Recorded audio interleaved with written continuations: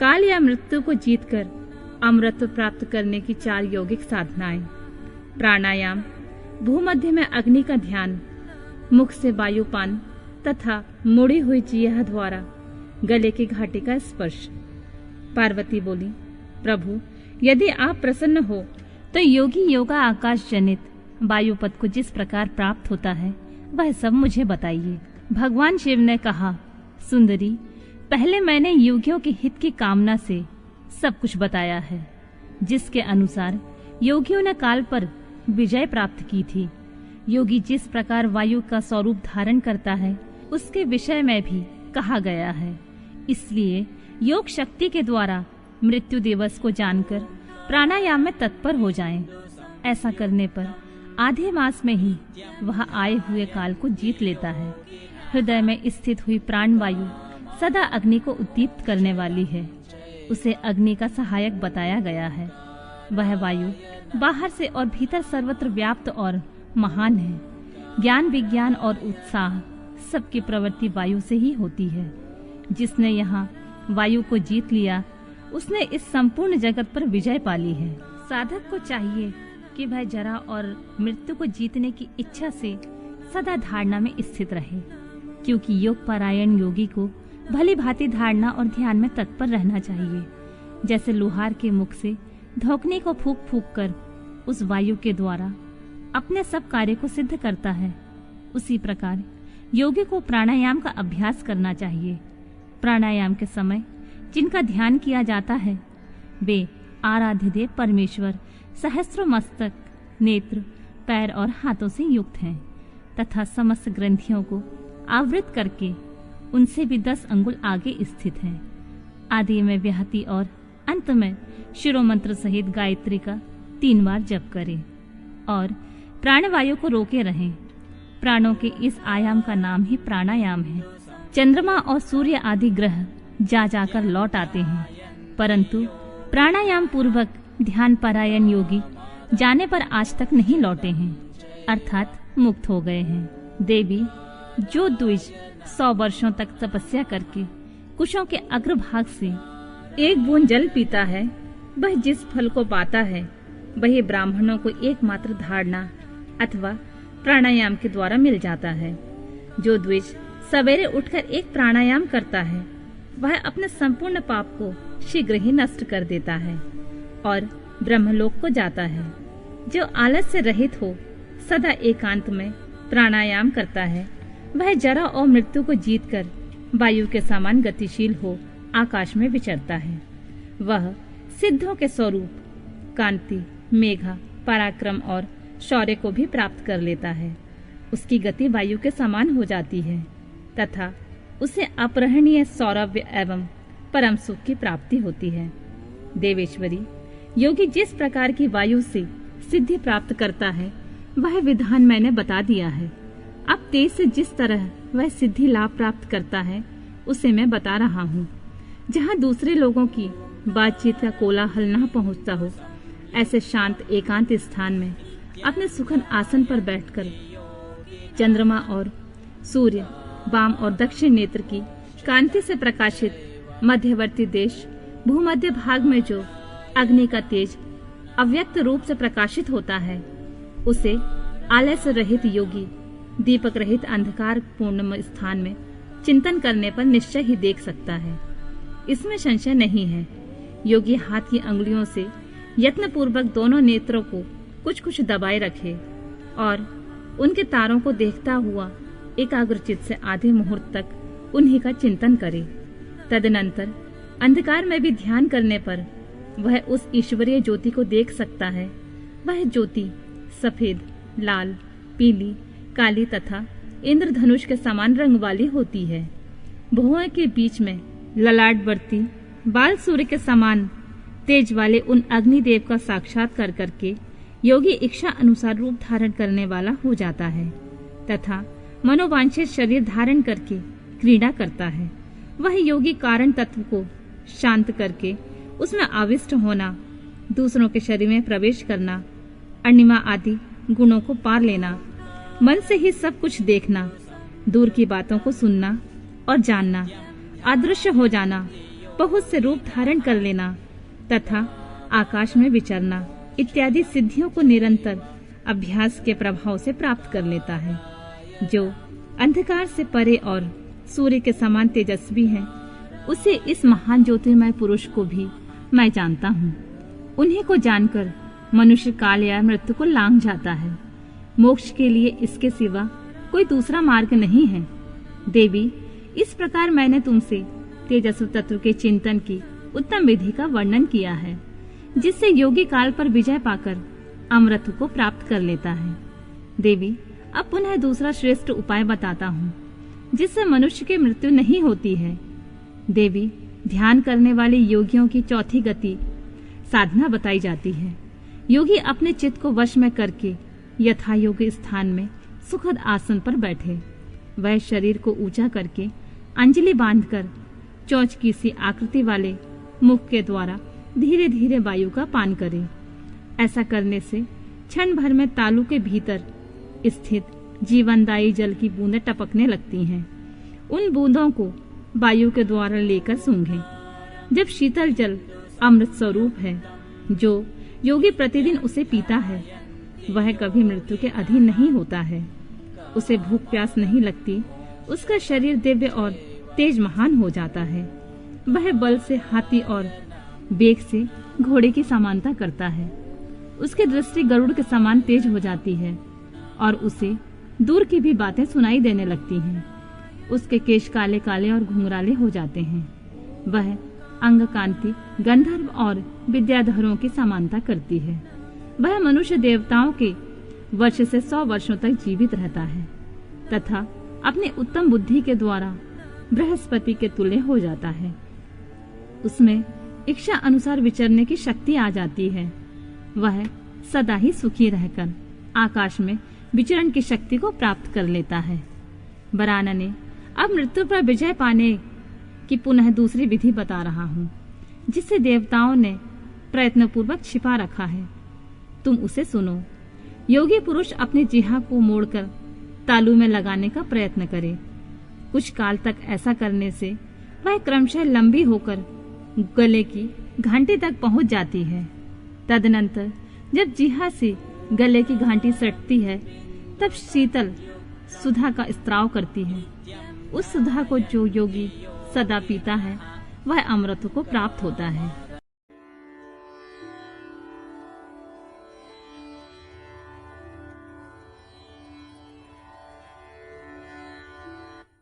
भगवती उमा के कालिका अवतार की कथा, समाधि और सूरत के समक्ष मेघा देवी की कृपा से मधु कैटभ के वध का प्रसंग सुनाना। इसके अनंतर छाया पुरुष स्वर्ग, कश्यप वंश, मनवंतर, मनुवंश, सत्यव्रतादि वंश, पृतकल्प तथा व्यासोत्पत्ति आदि का वर्णन सुनने के पश्चात मुनियों ने सूत जी से कहा, ब्रह्म वेताओं में श्रेष्ठ सूत जी, हमने आपके मुख से भगवान शिव की अनेक इतिहासों का युक्त रमणीय कथा सुनी है, जो उनके नाना अवतारों से संबंध रखती हैं तथा मनुष्यों को भोग और मोक्ष प्रदान करने वाली हैं। अब हम आपसे जगत जननी भगवती उमा का मनोहर चरित्र सुनना चाहते हैं। परब्रह्मा परमात्मा महेश्वर की जो आद्य सनातनी शक्ति है, वे उमा नाम से विख्यात हैं। वे ही त्रिलोकी को उत्पन्न करने वाली पराशक्ति हैं। महामते, दक्ष कन्या सती और हिमवान की पुत्री पार्वती, ये उमा के 2 अवतार हमने सुने हैं। सूत जी, अब उनके दूसरे अवतारों का वर्णन कीजिए। लक्ष्मी जननी जगदम्बा उमा के गुणों को सुनने से कौन बुद्धिमान पुरुष विरत हो सकता है? ज्ञानी पुरुष भी कभी उनकी कथा श्रवण के शुभ अवसर को नहीं छोड़ते हैं। सूत जी ने कहा, महात्माओं, तुम लोग धन्य हो, सदा कृतकृत हो, क्योंकि परा अम्बा उमा के महान चरित्र के विषय में पूछ रहे हो। जो इस कथा को सुनते, पूछते और बाँचते हैं, उनके चरण कमल की धूलि को भी ऋषियों ने तीर्थ माना है। जिनका चित्त परम संबित स्वरूपा श्री उमा देवी के चिंतन में लीन है, वे पुरुष धन्य हैं, कृतकृत हैं। उनकी माता और कुल भी धन्य हैं। जो समस्त कारणों से भी कारण रूपी देवेश्वरी उमा की स्तुति नहीं करते, वे माया के गुणों से मोहित तथा भाग्यहीन हैं। इसमें संशय नहीं है।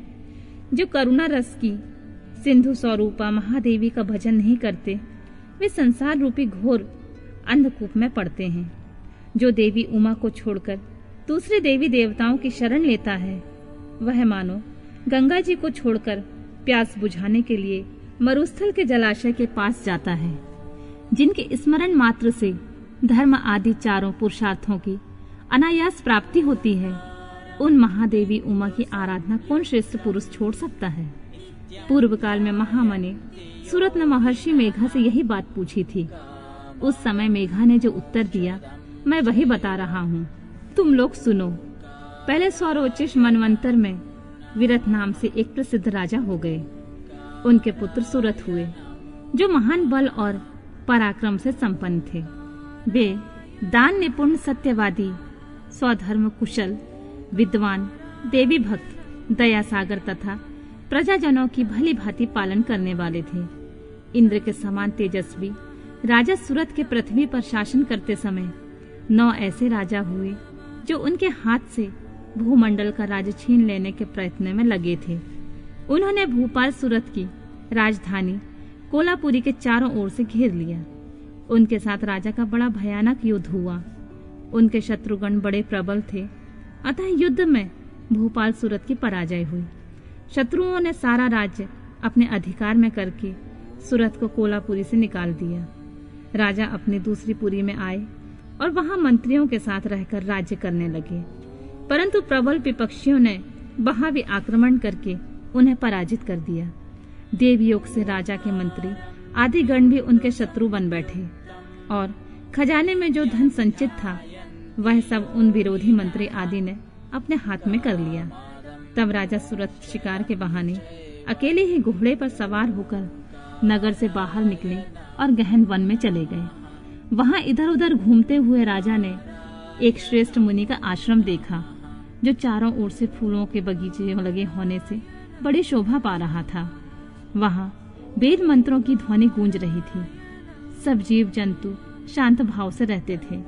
मुनि के शिष्यों प्रशिष्यों तथा उनके भी शिष्यों ने उस आश्रम को सब ओर से घेर रखा था।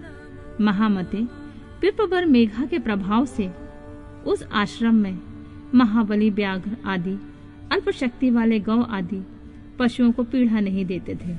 वहां जाने पर मुनीश्वर मेघा ने मीठे वचन, भोजन और आसन द्वारा उन परम दयालु विद्वान नरेश का आदर सत्कार किया। एक दिन राजा सूरत बहुत ही चिंतित हो मोह के वशीभूत होकर अनेक प्रकार से विचार कर रहे थे। इतने में ही वहां एक वैश्य आ पहुंचा। राजा ने उससे पूछा, भैया तुम कौन हो, किस लिए यहाँ आए हो, क्या कारण है कि दुखी दिखाई दे रहे हो, मुझे यह बताओ।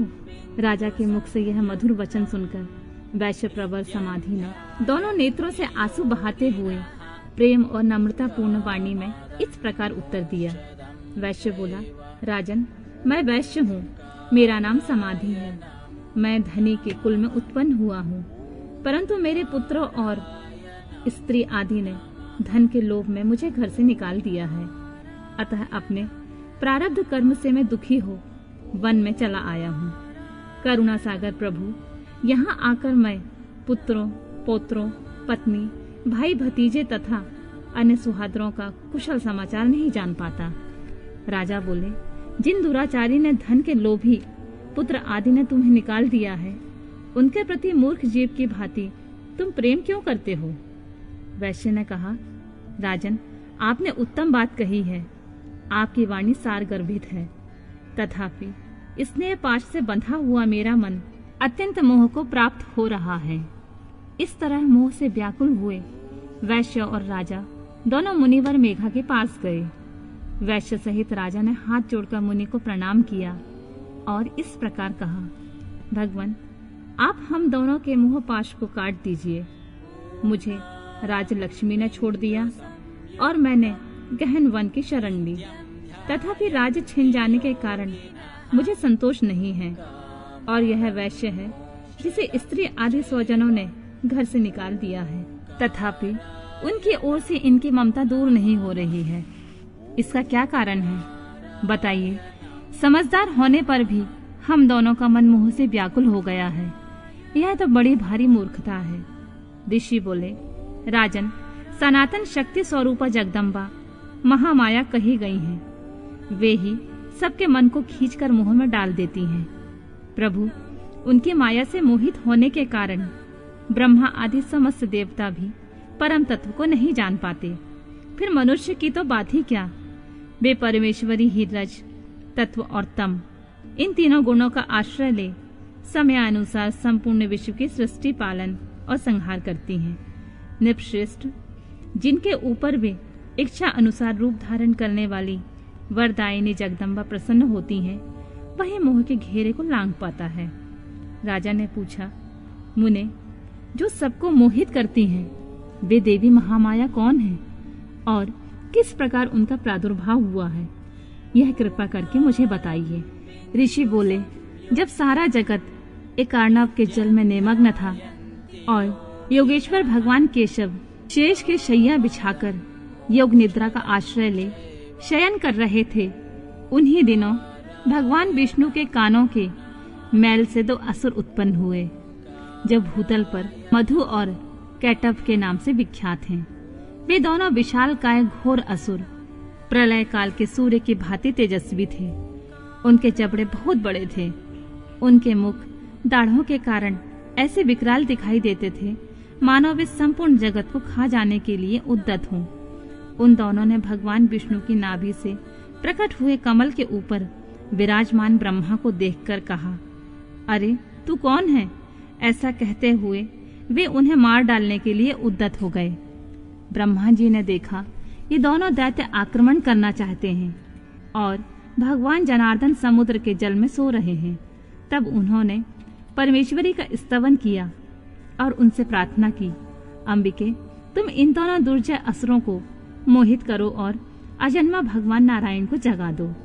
ऋषि बोले, इस प्रकार मधु और कैटव के नाश के लिए ब्रह्मा जी की प्रार्थना करने पर संपूर्ण विद्याओं की अधिदेवी जगत जननी महाविद्या फाल्गुन शुक्ल द्वादशी को त्रैलोक मोहिनी शक्ति के रूप में प्रकट हो महाकाली के नाम से विख्यात हुई। तदनंतर आकाशवाणी हुई, कमलासन, डरो मत, आज युद्ध में मधु कैटव को मारकर मैं तुम्हारे कंठक का नाश करूंगी। यूं कहकर वे महामाया श्री हरि के नेत्र और मुख आदि से निकलकर अव्यक्त जन्मा ब्रह्मा के दृष्टिपथ में आ खड़ी हो गईं। फिर तो देवादिदेव हरिकेश जनार्दन जाग उठे। उन्होंने अपने सामने दोनों दैत्य मधु और कैटव को देखा। उन दैत्यों के साथ अतुल तेजस्वी विष्णु का 5000 वर्षों तक बाहु युद्ध हुआ। तब महामाया के प्रभाव से मोहित हुए उन श्रेष्ठ दानवों ने लक्ष्मीपति से कहा, तुम हमसे मनोवांछित वर ग्रहण करो। नारायण बोले, यदि तुम लोग प्रसन्न हो तो मेरे हाथ से मारे जाओ। यही मेरा वर है, इसे दो। मैं तुम दोनों को दूसरा वर नहीं मांगता। ऋषि कहते हैं, उन असुरों ने देखा कि सारी पृथ्वी एक अर्णव के जल में डूबी हुई है। तब वे केशव से बोले, हम दोनों को ऐसी जगह मारो जहाँ जल से भीगी हुई धरती ना हो। बहुत अच्छा कहकर भगवान विष्णु ने अपना परम तेजस्वी चक्र उठाया और अपनी जांघ पर उनके मस्तक से रखकर काट डाला। राजन, यह कालिका की उत्पत्ति का प्रसंग कहा गया है। महामते, अब महालक्ष्मी के प्रादुर्भाव की कथा सुनो। देवी उमा निर्विकार और निराकार होकर भी देवताओं का दुख दूर करने के लिए युग युग में साकार रूप धारण करके प्रकट होती हैं। उनका शरीर ग्रहण उनकी इच्छा का वैभव कहा गया है। वे लीला से इसलिए प्रकट होती हैं कि भक्तजन उनके गुणों का गान करते रहें।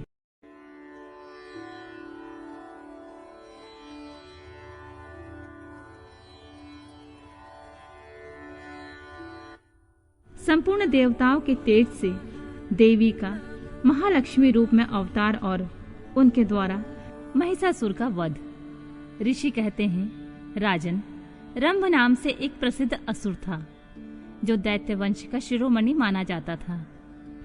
उससे महातेजस्वी महिष नामक दानव का जन्म हुआ था। दानवराज महिष समस्त देवताओं को युद्ध में पराजित करके देवराज इंद्र के सिंहासन पर जा बैठा और स्वर्गलोक में रहकर त्रिलोकी का राज्य करने लगा। तब पराजित हुए देवता ब्रह्मा जी की शरण में गए। ब्रह्मा जी भी उन सबको साथ ले उस स्थान पर गए जहाँ भगवान शिव और विष्णु विराजमान थे। वहां पहुंचकर सब देवताओं ने शिव और केशव को नमस्कार किया तथा अपना सब वृतांत यथार्थ रूप से व्यवरेवार कह सुनाया। वे बोले, भगवान, दुरात्मा महिषासुर ने हम सबको सम्रांगण में जीतकर स्वर्गलोक से निकाल दिया है, इसलिए हम इस मर्त्यलोक में भटक रहे हैं और कहीं भी हमें शांति नहीं मिल रही है। उस असुर ने इंद्र आदि देवताओं की कौन कौन सी दुर्दशा नहीं की है। सूर्य, चंद्रमा, वरुण, कुबेर, यम, इंद्र, अग्नि, वायु, गंधर्व, विद्याधर और चारण, इन सबके तथा अन्य लोगों के भी जो कर्तव्य कर्म है, उन सबको वह पापात्मा असुर स्वयं ही करता है। उसने दैत्य पक्ष को अभयदान कर दिया है, इसलिए हम सब देवता आपकी शरण में आए हैं। आप दोनों हमारी रक्षा करें और उस असुर का वध करके शीघ्र उपाय ही सोचें, क्योंकि आप दोनों ऐसा करने में समर्थ हैं। देवताओं की यह बात सुनकर भगवान शिव और विष्णु ने अत्यंत क्रोध किया। रोष के मारे उनके नेत्र घूमने लगे। तब अत्यंत क्रोध से भरे हुए भगवान शिव और विष्णु के मुख से तथा अन्य देवताओं के शरीर से तेज प्रकट हुआ। तेज का वह महान पुंज अत्यंत प्रज्वलित हो 10 दिशाओं में प्रकाशित हो उठा। दुर्गा जी के ध्यान में लगे हुए सब देवताओं ने उस तेज को प्रत्यक्ष देखा। संपूर्ण देवताओं के शरीर से निकला हुआ वह अत्यंत भीषण तेज एकत्र हो एक नारी के रूप में परिणत हो गया। वह नारी साक्षात महिषमर्दिनी देवी थी। उनका प्रकाशमान मुख भगवान शिव के तेज से प्रकट हुआ था। भुजाएं विष्णु के तेज से प्रकट हुई थीं। केश यमराज के तेज से आविर्भूत हुए थे। उनके दोनों स्तन चंद्रमा के तेज से प्रकट हुए थे। कटी भाग इंद्र के तेज से तथा जंघा और उरु वरुण के तेज से प्रकट हुए थे। पृथ्वी के तेज से नितंबन का और ब्रह्मा जी के तेज से दोनों चरणों का आविर्भाव हुआ था। पैरों की उंगलियां सूर्य के तेज से और हाथ की उंगलियां वसुओं के तेज से उत्पन्न हुई थीं।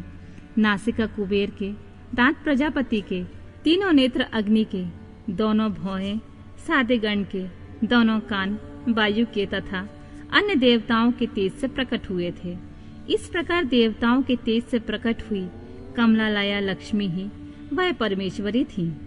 संपूर्ण देवताओं की तेजो राशि से प्रकट हुई उन देवी को देखकर सब देवताओं को बड़ा हर्ष प्राप्त हुआ, परंतु उनके पास कोई ऐसा अस्त्र नहीं था जिसे देख ब्रह्मा आदि देवेश्वरों ने शिवा देवी को अस्त्र शस्त्र से संपन्न करने का विचार किया। तब महेश्वर ने महेश्वरी को शूल समर्पित किया। भगवान विष्णु ने चक्र, वरुण ने पाश, अग्निदेव ने शक्ति, वायु देवता ने धनुष तथा बाणों से भरे हुए 2 तरकश और शचीपति इंद्र ने वज्र और घंटा प्रदान किए। यमराज ने कालदंड, प्रजापति ने अक्षमाला, ब्रह्मा ने कमंडल एवं सूर्य देव ने समस्त रोमकूपों में अपनी किरणें अर्पित की। काल ने उन्हें चमकती हुई ढाल और तलवार दी। क्षीर सागर ने सुंदर हार तथा कभी पुराने न होने वाले 2 दिव्य वस्त्र भेंट किए। साथ ही उन्होंने दिव्य चूड़ामणि, 2 कुंडल, बहुत से कड़े, अर्धचंद्र कयूर, मनोहर नुपुर, गले की हंसुली और सब उंगलियों में पहनने के लिए रत्नों की बनी अंगूठियां भी दी। विश्वकर्मा ने उन्हें मनोहर फरसा भेंट किया। साथ ही अनेक प्रकार के अस्त्र और अवैध कवच दिए। समुद्र ने सदा सुरम्य एवं सरस रहने वाली माला दी और एक कमल का फूल भेंट किया। हिमवान ने सवारी के लिए सिंह तथा आभूषण के लिए नाना प्रकार के रत्न दिए। कोवेल ने उन्हें मधु से भरा पात्र अर्पित किया तथा सर्पों के नेता शेषनाग ने विचित्र रचना कौशल से सुशोभित एक नागहार भेंट किया, जिसमें नाना प्रकार की सुंदर मणियां गुथी हुई थीं। इन सब ने तथा दूसरे देवताओं ने भी आभूषण और अस्त्र शस्त्र देकर देवी का सम्मान किया। तत्पश्चात उन्होंने बारंबार अट्टहास करके उच्च स्वर में गर्जना की। उनके उस भयंकर नाद से संपूर्ण आकाश गूंज उठा। उससे बड़े जोर से प्रतिध्वनि हुई, जिससे तीनों लोकों में हलचल मच गई और चारों समुद्रों ने अपनी मर्यादा छोड़ दी। पृथ्वी डोलने लगी, उस समय महिषासुर से पीड़ित हुए देवताओं ने देवी की जय जयकार की। तदनंतर सब देवताओं ने उन महालक्ष्मी स्वरूपा पराशक्ति जगदम्बा का भक्ति गदगद वाणी द्वारा स्तवन किया। संपूर्ण त्रिलोकी को क्षोभग्रस्त देखकर देववैरी दैत्य अपने समस्त सेना को कवच आदि से सुसज्जित कर हाथों में हथियार ले सहसा उठ खड़े हुए।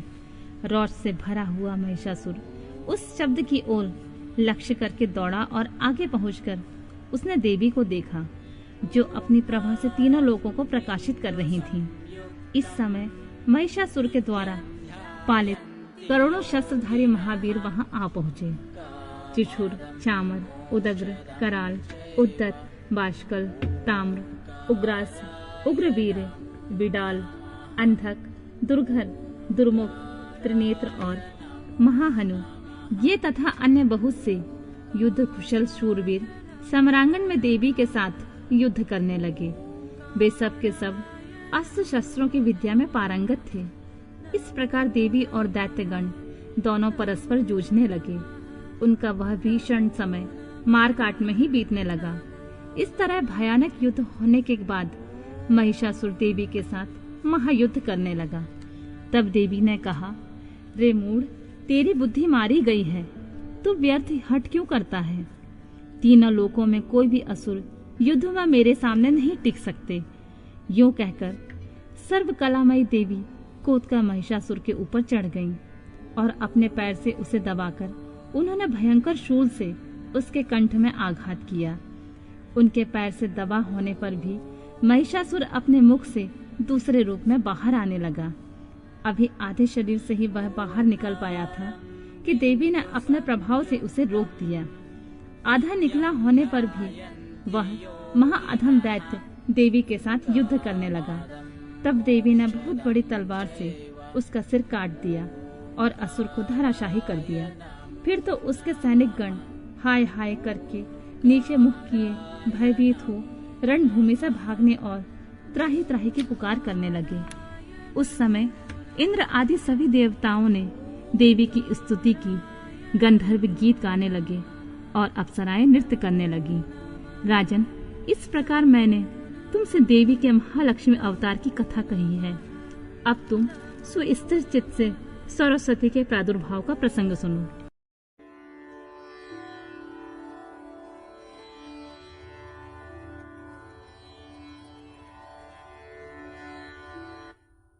देवी उमा के शरीर से सरस्वती का आविर्भाव, उनके रूप की प्रशंसा सुनकर शंभु का उनके पास दूत भेजना, दूत के निराश लौटने पर शंभु का क्रमशः ध्रुमलोचन, चंड मुंड तथा रक्त बीज को भेजना और देवी के द्वारा उन सब का मारा जाना।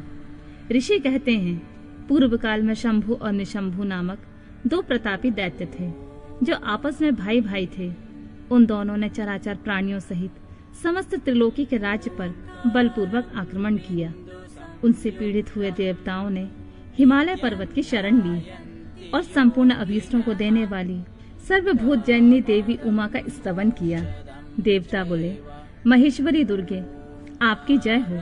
अपने भक्तजनों का प्रिय करने वाली देवी, आपकी जय हो। आप तीनों लोकों की रक्षा करने वाली शिवा हैं, आपको बारंबार नमस्कार है। आप ही मोक्ष प्रदान करने वाली परा अम्बा हैं, आपको बारंबार नमस्कार है। आप समस्त संसार की उत्पत्ति, स्थिति और संहार करने वाली हैं, आपको नमस्कार है। कालिका और तारा रूप धारण करने वाली देवी, आपको नमस्कार है। छिन्न मस्ता आप ही का ही स्वरूप है, आप ही श्री विद्या हैं, आपको प्रणाम है। भुवनेश्वरी, आपको प्रणाम है। भैरव रूपणी, आपको नमस्कार है। आप ही बगलामुखी और धूमावती हैं, आपको बारंबार प्रणाम है। आप ही त्रिपुर सुंदरी और मातंगी हैं, आपको बारंबार नमस्कार है। अजिता, विजया, जया, मंगला और विलासिनी, ये सभी आपके ही विभिन्न रूपों की संज्ञाएं हैं। इन सभी रूपों में आपको नमस्कार है। माता अथवा कामधेनु रूप में आपको नमस्कार है। घोर आकार धारण करने वाली आपको नमस्कार है। अपराजिता रूप में आपको प्रणाम है। नित्य महाविद्या के रूप में आपको बारंबार नमस्कार है। आप ही शरणागतों का पालन करने वाली रुद्राणी हैं, आपको बारंबार नमस्कार है। वेदांत के द्वारा आपके ही स्वरूप का बोध होता है। आपको नमस्कार है। आप परमात्मा हैं। आपको मेरा प्रणाम है। अनंत कोटि ब्रह्मांडों का संचालन करने वाली आप जगदम्बा को बारंबार नमस्कार है। देवताओं की इस प्रकार स्तुति करने पर वरदायिनी एवं कल्याण रूपनी गौरी देवी बहुत प्रसन्न हुई। उन्होंने समस्त देवताओं से पूछा, आप लोग यहाँ किसकी स्तुति करते हैं? तब उन्हीं गौरी के शरीर से एक कुमारी प्रकट हुई। वह सब देवताओं के देखते ही देखते शिव शक्ति से आदर पूर्वक बोली, माँ, ये समस्त स्वर्गवासी देवता निशुंभ और शुंभ नामक प्रबल दैत्यों से अत्यंत पीड़ित हो अपनी रक्षा के लिए मेरी स्तुति करते हैं।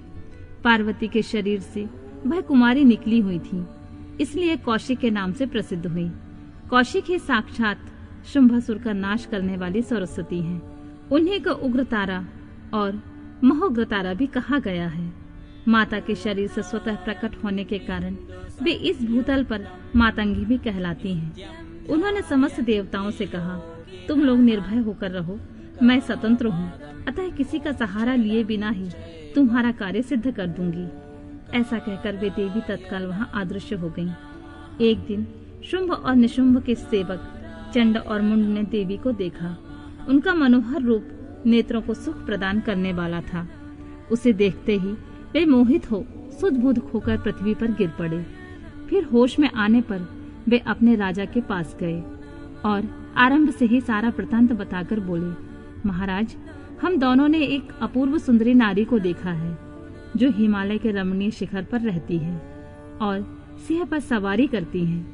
चंडमुंड की यह बात सुनकर महान असुर शुंभ ने देवी के पास सुग्रीव नामक अपना दूत भेजा और कहा, दूत, हिमालय पर कोई अपूर्व सुंदरी रहती है, तुम वहां जाओ और उससे मेरा संदेश कहकर उसे प्रयत्न पूर्वक यहाँ ले आओ। यह आज्ञा पाकर दानव शिरोमणि सुग्रीव हिमालय पर गया और जगदम्बा महेश्वरी से इस प्रकार बोला। दूत ने कहा, देवी, दैत्य शुंभासुर अपने महान बल और विक्रम के लिए तीनों लोकों में विख्यात है। उसका छोटा भाई निशुंभ भी वैसा ही है। शुंभ ने मुझे तुम्हारे पास दूत बनाकर भेजा है, इसलिए मैं यहाँ आया हूँ सुरेश्वरी। उसने जो संदेश दिया है उससे इस समय सुनो। मैंने सम्रांगण में इंद्र आदि देवताओं को जीतकर उनके समस्त रत्नों का अपहरण कर लिया है। यज्ञ में देवता आदि को दिए हुए देव भाग का मैं स्वयं ही उपभोग करता हूँ।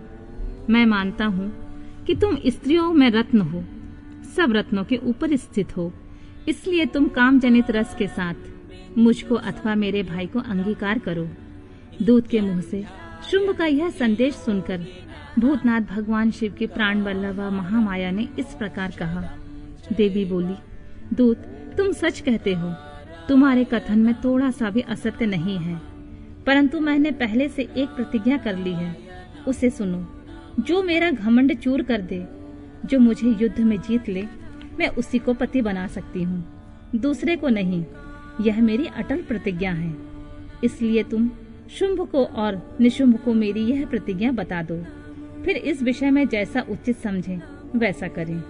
देवी की यह बात सुनकर दाना सुग्रीव लौट गया। वहां जाकर उसने विस्तार पूर्वक राजा को सारी बातें बताई। दूत की बात सुनकर उग्र शासन करने वाला शुंभ कुपित हो उठा और बलवानों में श्रेष्ठ सेनापति ध्रुमाक्ष से बोला, ध्रुमाक्ष, हिमालय पर कोई सुंदरी रहती है, तुम शीघ्र ही वहां जाकर जैसे भी वह यहाँ आए उसे ले आओ। आसुर प्रवर, उसे लाने में तुम्हें भय नहीं मानना चाहिए। यदि वह युद्ध करना चाहे तो तुम्हें यत्न पूर्वक उसके साथ युद्ध भी करना चाहिए।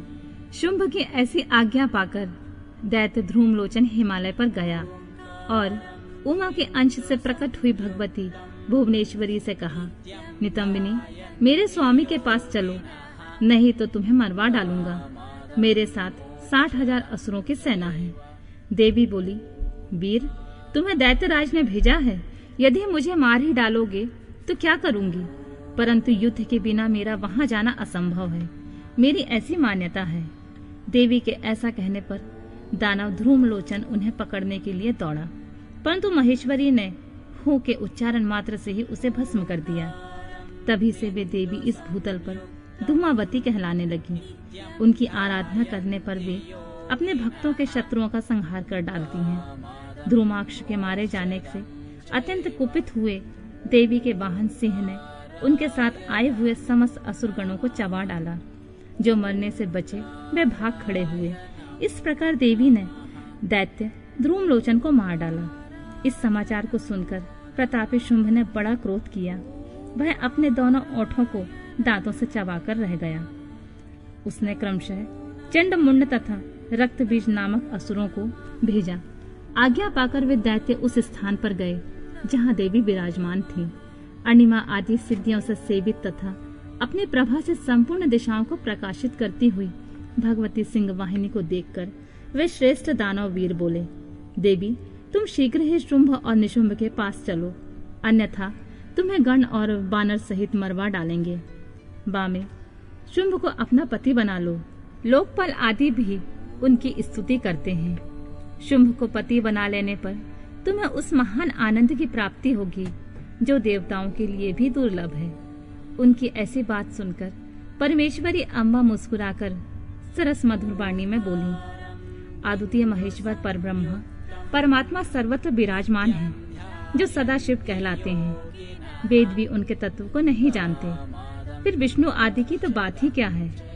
उन्हीं सदाशिव की मैं सूक्ष्म प्रकृति हूँ, फिर दूसरे को पति कैसे बना सकती हूँ। सिंहनी कितनी ही कामातुर क्यों ना हो जाए, वह गीदड़ को कभी अपना पति नहीं बनाएगी। हथनी गधे को और बाघिन खरगोश को कभी नहीं वरेगी।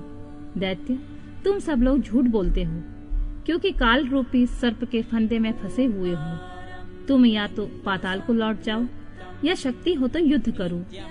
देवी का यह क्रोध पैदा करने वाला वचन सुनकर वे दैत्य बोले, हम लोग अपने मन में तुम्हें अबला समझकर नहीं मार रहे हैं, परंतु यदि तुम्हारे मन में युद्ध की इच्छा हो तो सिंह पर सुस्थिर होकर बैठ जाओ और युद्ध के लिए आगे बढ़ो। इस तरह वाद विवाद करते हुए उनमें कलह बढ़ गई और समरांगण में दोनों दलों पर तीखे बाणों की वर्षा होने लगी। इस तरह उनके साथ लीलापूर्वक युद्ध करके परमेश्वरी ने चंडमुंड सहित महान असुर रक्तबीज को मार डाला। वे देववैरी असुर द्वेष बुद्धि करके आए थे, तो भी अंत में उन्हें उस उत्तम लोक गति की प्राप्ति हुई जिसमें देवी के भक्त जाते हैं।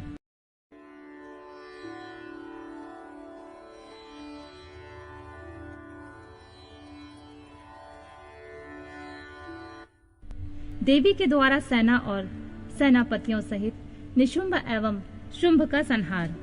ऋषि कहते हैं, राजन, प्रशंसनीय महापराक्रमशाली महान असुर शुंभ ने इन श्रेष्ठ दैत्यों को मारा जाना सुनकर अपने उन दुर्जय गणों को युद्ध के लिए जाने की आज्ञा दी, जो संग्राम का नाम सुनते ही हर्ष से खिल उठते थे। उसने कहा, आज मेरी आज्ञा से कालक, कालके, मौर्य, दोहर्द तथा अन्य असुरगण बड़ी भारी सेना के साथ संगठित हो विजय की आशा रखकर शीघ्र युद्ध के लिए प्रस्थान करें। निशुंभ और शुंभ दोनों भाई ने उन दैत्यों को पूर्वोक्त आदेश देकर रथ पर आरूढ़ हो स्वयं ही नगर से बाहर निकले। उन महाबली वीरों की आज्ञा से उनकी सेनाएं उसी तरह युद्ध के लिए आगे बढ़ी मानो मरणोन्मुख पतंग आग में कूदने के लिए उठ खड़े हुए हो। उस समय असुर राज ने युद्ध स्थल में मृदंग, मर्दल, भैरी, डिंडिम, झांझ और ढोल आदि बजवाए। उन जुझारू बाजों की आवाज सुनकर युद्ध प्रेमी वीर हर्ष एवं उत्साह से भर गए, परंतु जिन्हें अपने प्राण ही अधिक प्यारे थे वे उस रणभूमि से भाग चले। युद्ध संबंधी वस्त्रों तथा कवच आदि से आच्छादित अंग वाले वे योद्धा विजय की अभिलाषा से अस्त्र शस्त्र धारण किए युद्ध स्थल में आ पहुंचे। कितने ही सैनिक हाथियों पर सवार थे, बहुत से दैत्य घोड़े की पीठ पर बैठे हुए थे और अन्य असुर रथों पर चढ़कर जा रहे थे। उस समय उन्हें अपने पराई की पहचान नहीं होती थी।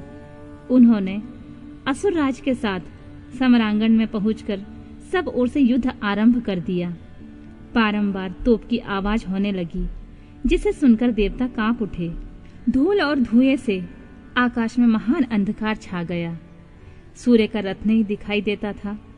अत्यंत अभिमानी करोड़ों पैदल योद्धा विजय की अभिलाषा लिए युद्ध स्थल में आकर डट गए। घुड़सवार, हाथी सवार तथा अन्य रथारूढ़ असुर भी बड़ी प्रसन्नता के साथ करोड़ों की संख्या में वहां आए थे। उस महासमर में काले पर्वतों के समान विशाल मदमस्त गजराज जोर जोर से चिंगाड़ कर रहे थे। छोटे छोटे शल शिखरों के समान ऊंट भी अपने गले से गलगल ध्वनि का विस्तार करने लगे। अच्छी भूमि में उत्पन्न हुए घोड़े गले में विशाल कंठाहार धारण किए हुए जोर जोर से हिनहिना रहे थे। वे अनेक प्रकार की चालें जानते थे और हाथियों के मस्तक पर पैर रखते आकाश मार्ग से पक्षियों की भांति उड़ जाते थे।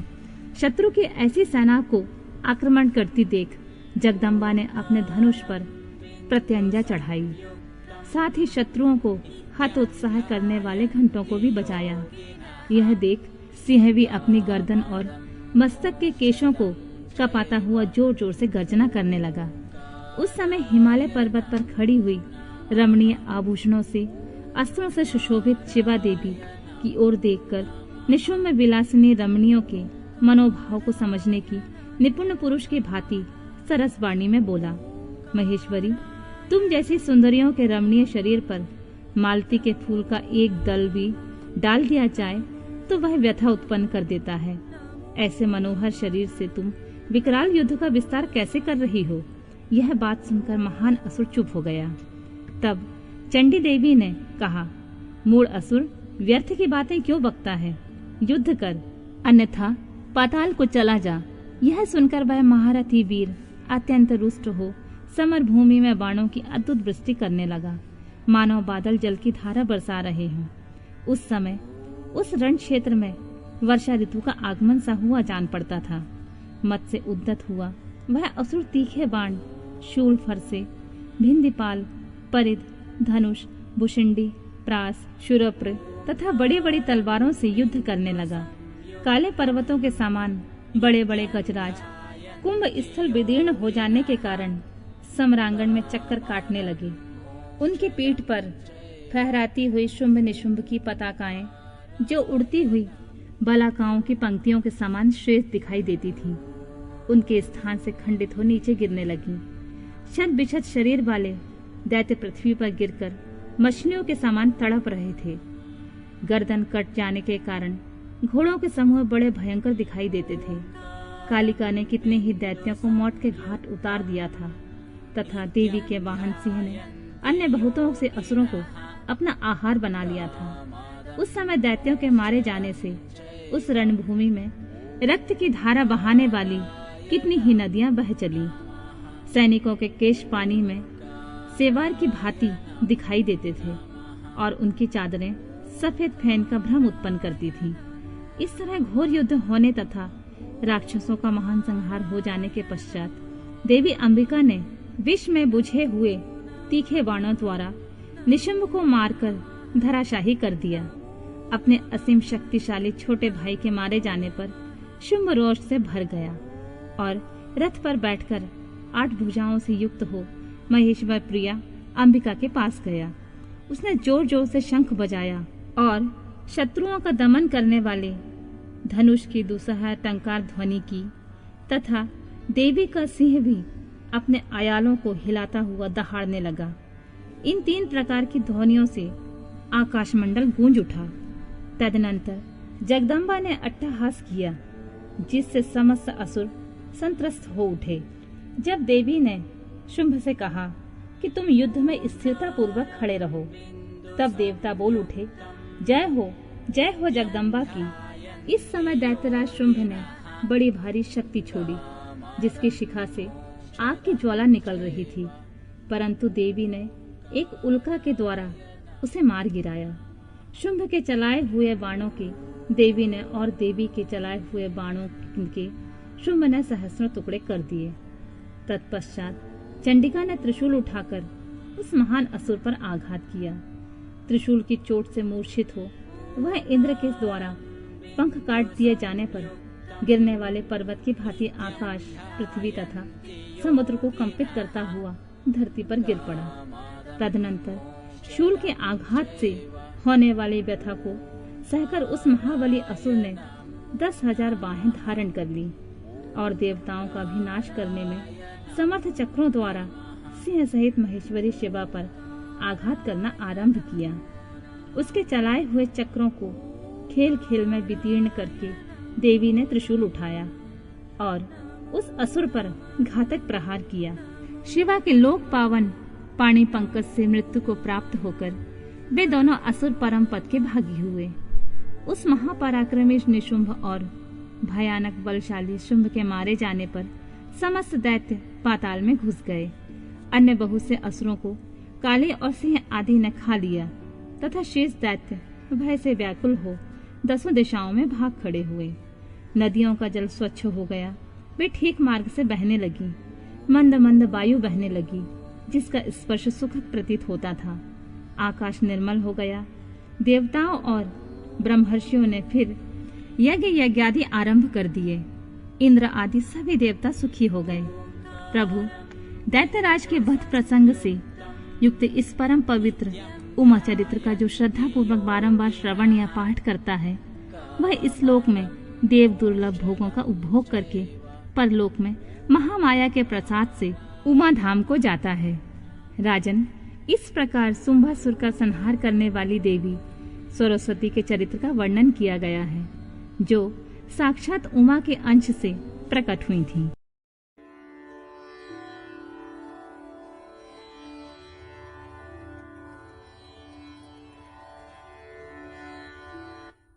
देवताओं का गर्व दूर करने के लिए तेजः पुंज रूपिणी उमा का प्रादुर्भाव। मुनियों ने कहा, संपूर्ण पदार्थों के पूर्ण ज्ञाता सूत जी भुवनेश्वरी उमा के जिनसे सरस्वती प्रकट हुई थी अवतार का पुनः वर्णन कीजिए। वे देवी पर ब्रह्मा मूल प्रकृति ईश्वरी निराकार होती हुई भी साकार तथा नित्यानंदमयी सती कही जाती हैं। सूत जी ने कहा, तपस्वियों मुनियों, आप लोग देवी के उत्तम एवं महान चरित्र को प्रेम पूर्वक सुनो, जिनके जानने मात्र से मनुष्य परम गति को प्राप्त होता है। एक समय देवताओं और दानवों में परस्पर युद्ध हुआ। उनमें महामाया के प्रभाव से देवताओं की जीत हो गई। इससे देवताओं को अपनी शूरवीरता पर बड़ा गर्व हुआ। वे आत्म प्रशंसा करते हुए इस बात का प्रचार करने लगे कि हम लोग धन्य हैं, धन्यवाद के योग्य हैं। असुर हमारा क्या कर लेंगे? वे हम लोगों का अत्यंत दुस्सह प्रभाव देखकर भयभीत हो भाग चलो कहते हुए पाताल लोक में घुस गए। हमारा बल अद्भुत है, हम में आश्चर्यजनक तेज है। हमारा बल और तेज दैत्य कुल का विनाश करने में समर्थ है। अहो, देवताओं का कैसा सौभाग्य है। इस प्रकार वे जहां तहां डींग हाँकने लगे। तदनंतर उसी समय उनके समक्ष तेज का एक महान पुंज प्रकट हुआ, जो पहले उन्होंने कभी नहीं देखा था। उसे देखकर सब देवता विस्मय से भर गए। वे रूंधे हुए गले से परस्पर पूछने लगे, यह क्या है, यह क्या है? उन्हें यह पता नहीं था कि वह श्यामा भगवती उमा का उत्कृष्ट प्रभाव है, जो देवताओं का अभिमान चूर्ण करने वाला है। उस समय देवराज इंद्र ने देवताओं को आज्ञा दी, तुम लोग जाओ और यथार्थ रूप से परीक्षा करो कि यह कौन है। देवेंद्र के भेजने से वासुदेव औस तेजपुंज के निकट गए। तब उस तेजो राशि ने उन्हें संबोधित करके पूछा, अजी, तुम कौन हो? उस महान तेज की इस प्रकार पूछने पर वायु देवता अभिमान पूर्वक बोले, मैं वायु हूँ, संपूर्ण जगत का प्राण हूँ। मुझ सर्वधार परमेश्वर में ही यह स्थावर जंगल रूप सारा जगत ओतप्रोत है। मैं ही समस्त विश्व का संचालन करता हूँ। तब उस महातेज ने कहा, वायु, यदि तुम जगत के संचालन में समर्थ हो तो यह तृण रखा हुआ है, इसे अपनी इच्छा के अनुसार चलाओ तो सही। तब वायु देवता ने सभी उपाय करके अपनी सारी शक्ति लगा दी, परंतु वह तिनका अपने स्थान से तिल भर भी ना हटा। इससे वायुदेव लज्जित हो गए। वे चुप हो इंद्र की सभा में लौट गए और अपनी पराजय के साथ वहां का सारा वृतांत उन्होंने सुनाया। वे बोले, देवेंद्र, हम लोग झूठे ही अपने को सर्वेश्वर होने का अभिमान रखते हैं, क्योंकि किसी छोटी सी वस्तु का भी हम कुछ नहीं कर सकते। तब इंद्र ने बारी बारी से समस्त देवताओं को भेजा। जब वे उसे जानने में समर्थ न हो सके, तब इंद्र स्वयं गए। इंद्र को आते देख वह अत्यंत दुस्सह तेज तत्काल अदृश्य हो गया। इससे इंद्र बड़े विस्मित हुए और मन ही मन बोले, जिसका ऐसा चरित्र है उसी सर्वेश्वर की मैं शरण लेता हूँ। सहस्र नेत्रधारी इंद्र बारंबार इसी भाव का चिंतन करने लगे। इसी समय निश्चल करुणामय शरीर धारण करने वाली सच्चिदानंद स्वरूपनी शिव प्रिया उमा उन देवताओं पर दया करने और उनका गर्व हरने के लिए चैत्र शुक्ल नवमी को दोपहर में वहां प्रकट हुई। वे उस तेज पुंज के बीच में विराज रही थीं। अपनी कांति से 10 दिशाओं को प्रकाशित कर रही थीं और समस्त देवताओं को सुस्पष्ट रूप से यह जता रही थीं कि मैं साक्षात परब्रह्म परमात्मा ही हूँ। ये चारों हाथों में क्रमशः वर, पाश, अंकुश और अभय धारण किए हुए थीं। श्रुतियां साकार होकर उनकी सेवा करती थीं। वे बड़ी रमणीय दिखती थीं तथा अपने नूतन यौवन पर उन्हें बड़ा गर्व था। वे लाल रंग की साड़ी पहने हुए थीं। लाल फूलों की माला तथा लाल चंदन से उनका श्रृंगार किया गया था। वे कोटि कोटि कंदर्पों के समान मनोहारिणी तथा करोड़ों चंद्रमा के समान चटकीली चांदनी से सुशोभित थीं। सबकी अंतर्यामिनी, समस्त भूतों की साक्षिणी तथा पर ब्रह्मा रूपणी उन महामाया ने इस प्रकार कहा, मैं ही पर ब्रह्मा परमात्मा ज्योति प्रणव रूपणी तथा युगल रूप धारणी हूँ। मैं ही सब कुछ हूँ। मुझ में भिन्न कोई पदार्थ नहीं है। मैं निराकार होकर भी साकार हूँ। सर्वतत्व रूपणी हूँ। मेरे गुण अतर्क हैं। मैं नित्य स्वरूपा तथा कार्य कारण रूपणी हूँ। मैं ही कभी प्राण वल्लभा का आकार धारण करती हूँ और कभी प्राण वल्लभ पुरुष का, कभी स्त्री और पुरुष दोनों रूपों में एक साथ प्रकट होती हूँ। यही मेरा अर्धनारीश्वर रूप है। मैं सर्वरूपणी ईश्वरी हूँ। मैं ही सृष्टिकर्ता ब्रह्मा और मैं ही जगत पालक विष्णु हूँ तथा मैं ही संहारकर्ता रुद्र हूँ। संपूर्ण विश्व को मोह में डालने वाली महामाया मैं ही हूँ। काली, लक्ष्मी और सरस्वती आदि संपूर्ण शक्तियाँ तथा ये सकल कलाएं मेरे अंश से ही प्रकट हुई हैं। मेरे ही प्रभाव से तुम लोगों ने संपूर्ण दैत्यों पर विजय पाई है। मुझ सर्व विजयनी को ना जानकर तुम लोग व्यर्थ ही अपने को सर्वेश्वर मान रहे हो। जैसे इंद्रजाल करने वाला सूत्रधार कठपुतली को नचाता है, उसी प्रकार मैं ईश्वर ही समस्त प्राणियों को नचाती हूँ।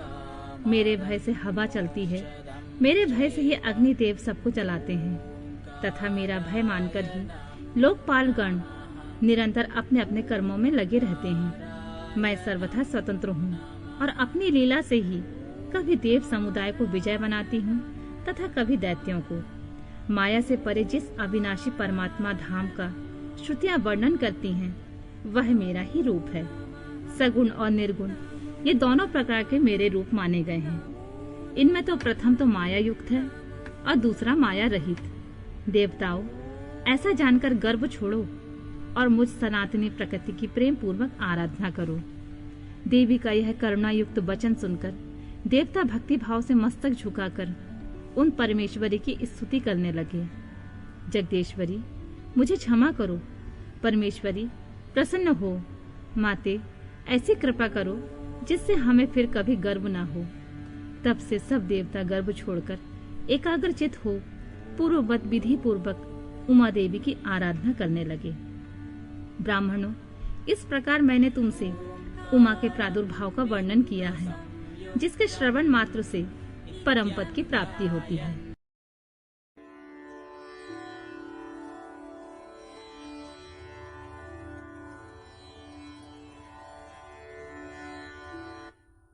देवी द्वारा दुर्गमासुर का वध तथा उनके दुर्गा, सताक्षी, शाकंभरी और भ्रामरी आदि नाम पड़ने का कारण।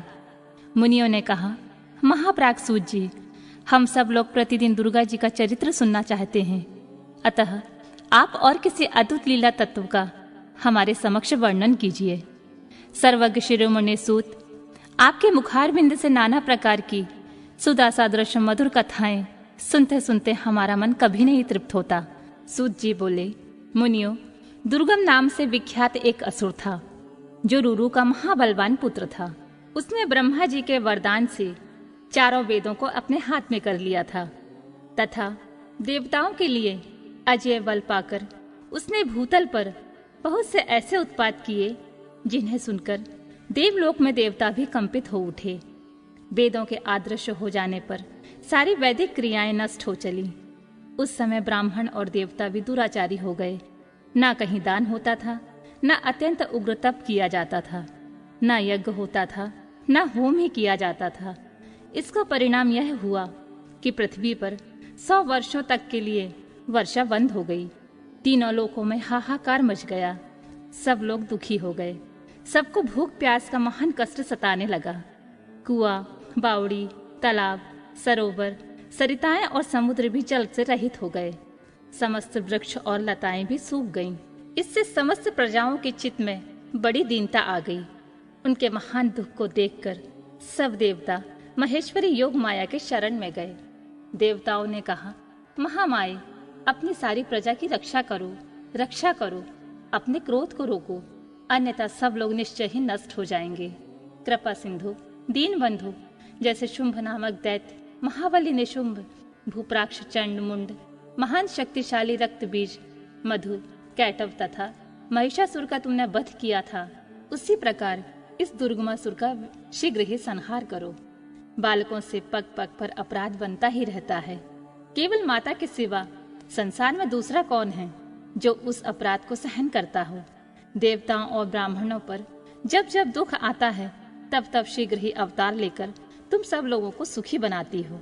देवताओं की प्रार्थना सुनकर कृपामयी देवी ने उस समय अपने अनंत नेत्रों से युक्त रूप का दर्शन कराया। उनका मुखारबिंद प्रसन्नता से खिला हुआ था।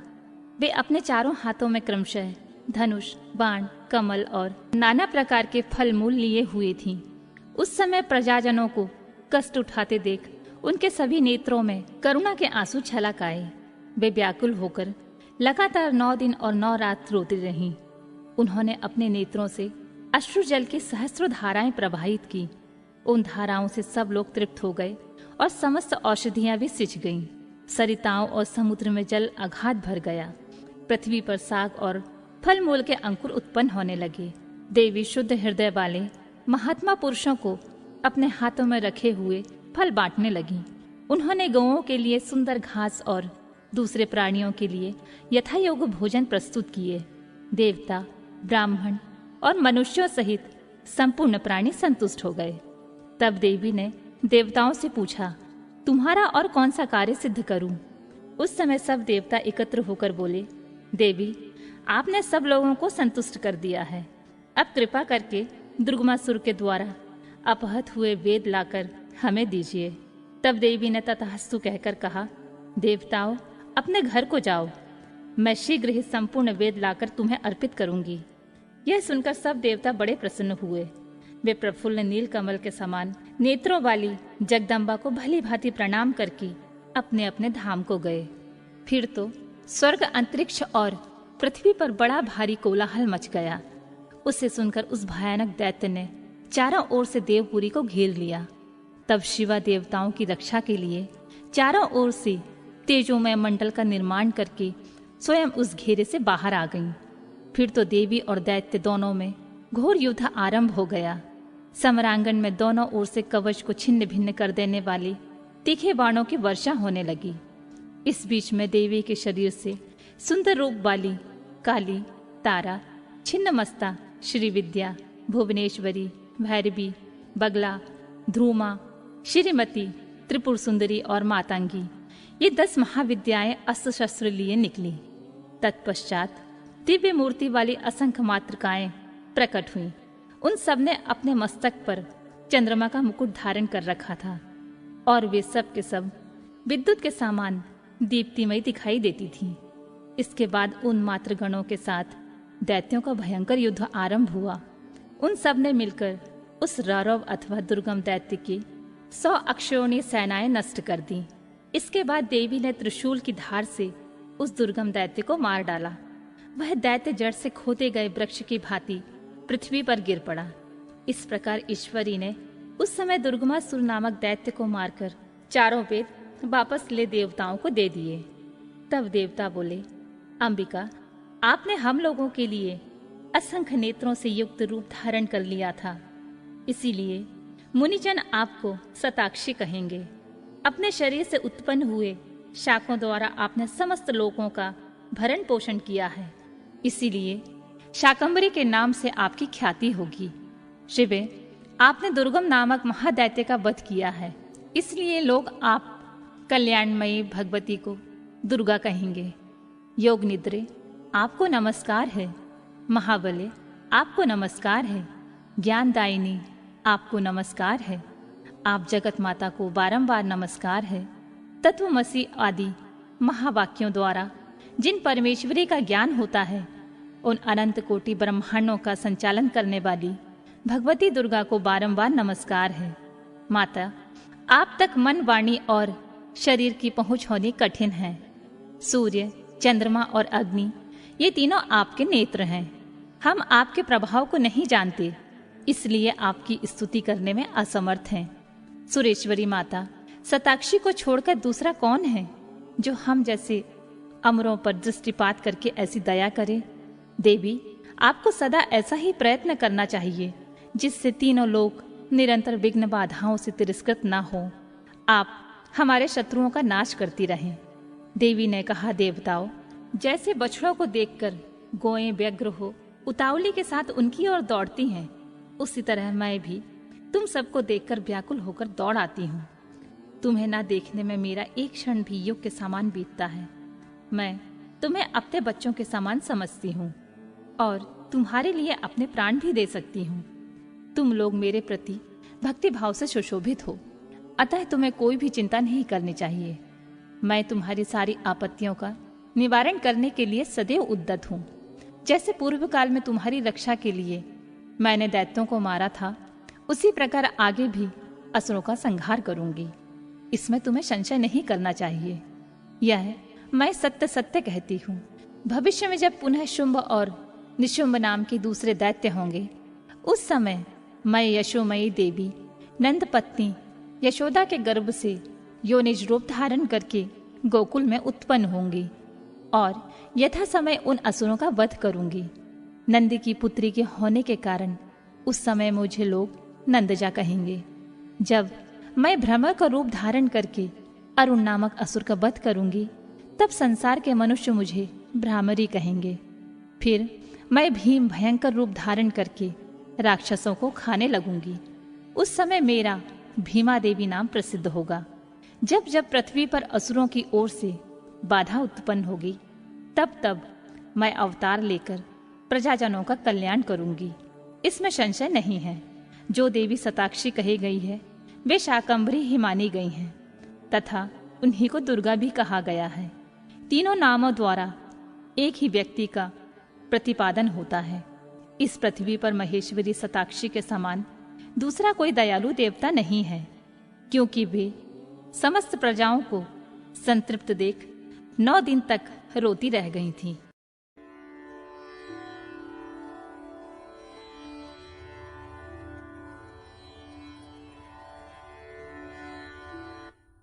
देवी के क्रिया योग का वर्णन। देवी की मूर्ति एवं मंदिर का निर्माण, स्थापन और पूजन का महत्व, परा अम्बा की श्रेष्ठता, विभिन्न मासों तथा तिथियों में देवी के व्रत, उत्सव और पूजन आदि के फल तथा इस संहिता के श्रवण एवं पाठ की महिमा। व्यास जी बोले, महामते ब्रह्मपुत्र सर्वज्ञ सनत कुमार, मैं उमा के परम अद्भुत क्रिया योग का वर्णन सुनना चाहता हूँ। उस क्रिया योग का लक्षण क्या है? उसका अनुष्ठान करने पर किस फल की प्राप्ति होती है? जो परा अम्बा उमा को अधिक प्रिय है, वह क्रिया योग क्या है? ये सब बातें मुझे बताइए।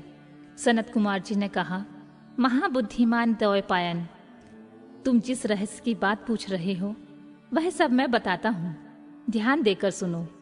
ज्ञान योग, क्रिया योग, भक्ति योग, ये श्री माता की उपासना के 3 मार्ग कहे गए हैं जो भोग और मोक्ष देने वाले हैं। चित्त का जो आत्मा के साथ संयोग होता है उसका नाम ज्ञान योग है। उसका बाहरी वस्तुओं के साथ जो संयोग होता है उसे क्रिया योग कहते हैं। देवी के साथ आत्मा की एकता की भावना को भक्ति योग माना गया है। तीनों योगों में जो क्रिया योग है उसका प्रतिपादन किया जाता है। कर्म से भक्ति उत्पन्न होती है, भक्ति से ज्ञान होता है और ज्ञान से मुक्ति होती है, ऐसा शास्त्रों में निश्चित किया गया है।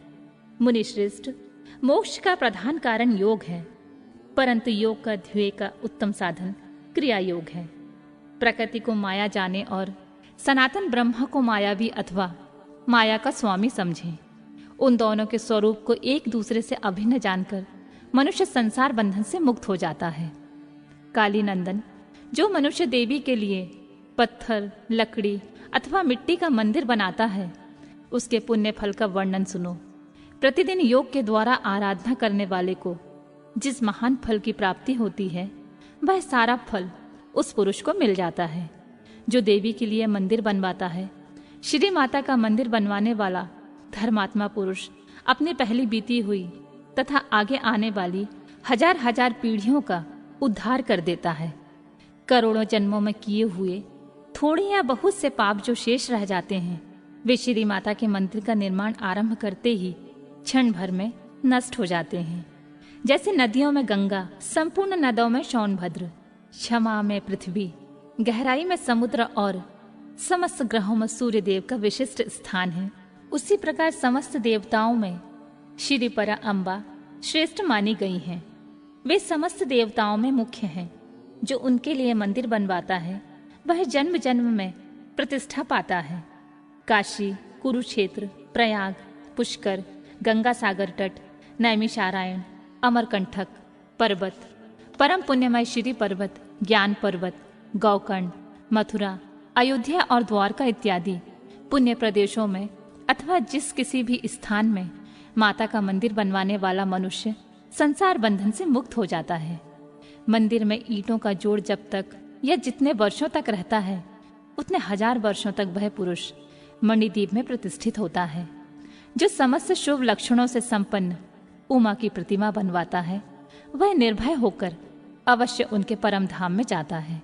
शुभ ऋतु, शुभ ग्रह और शुभ नक्षत्र में देवी की मूर्ति की स्थापना करके योग माया के प्रसाद से मनुष्य कृतकृत हो जाता है।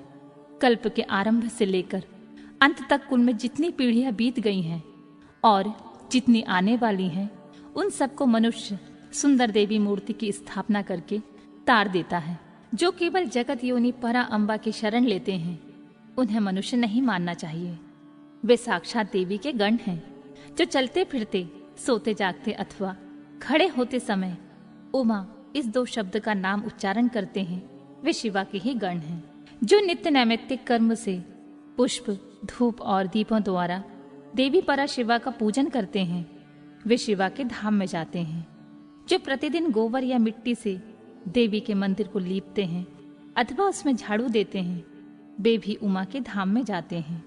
जिन्होंने देवी के परम उत्तम एवं रमणीय मंदिर का निर्माण कराया है, उनके कुल के लोगों को माता उमा सदा आशीर्वाद देती हैं। वे कहती हैं, ये लोग सदा मेरे हैं, अतः मुझ में प्रेम के भागी बने रहकर 100 वर्षों तक जिए और इन पर कभी कोई आपत्ति ना आए।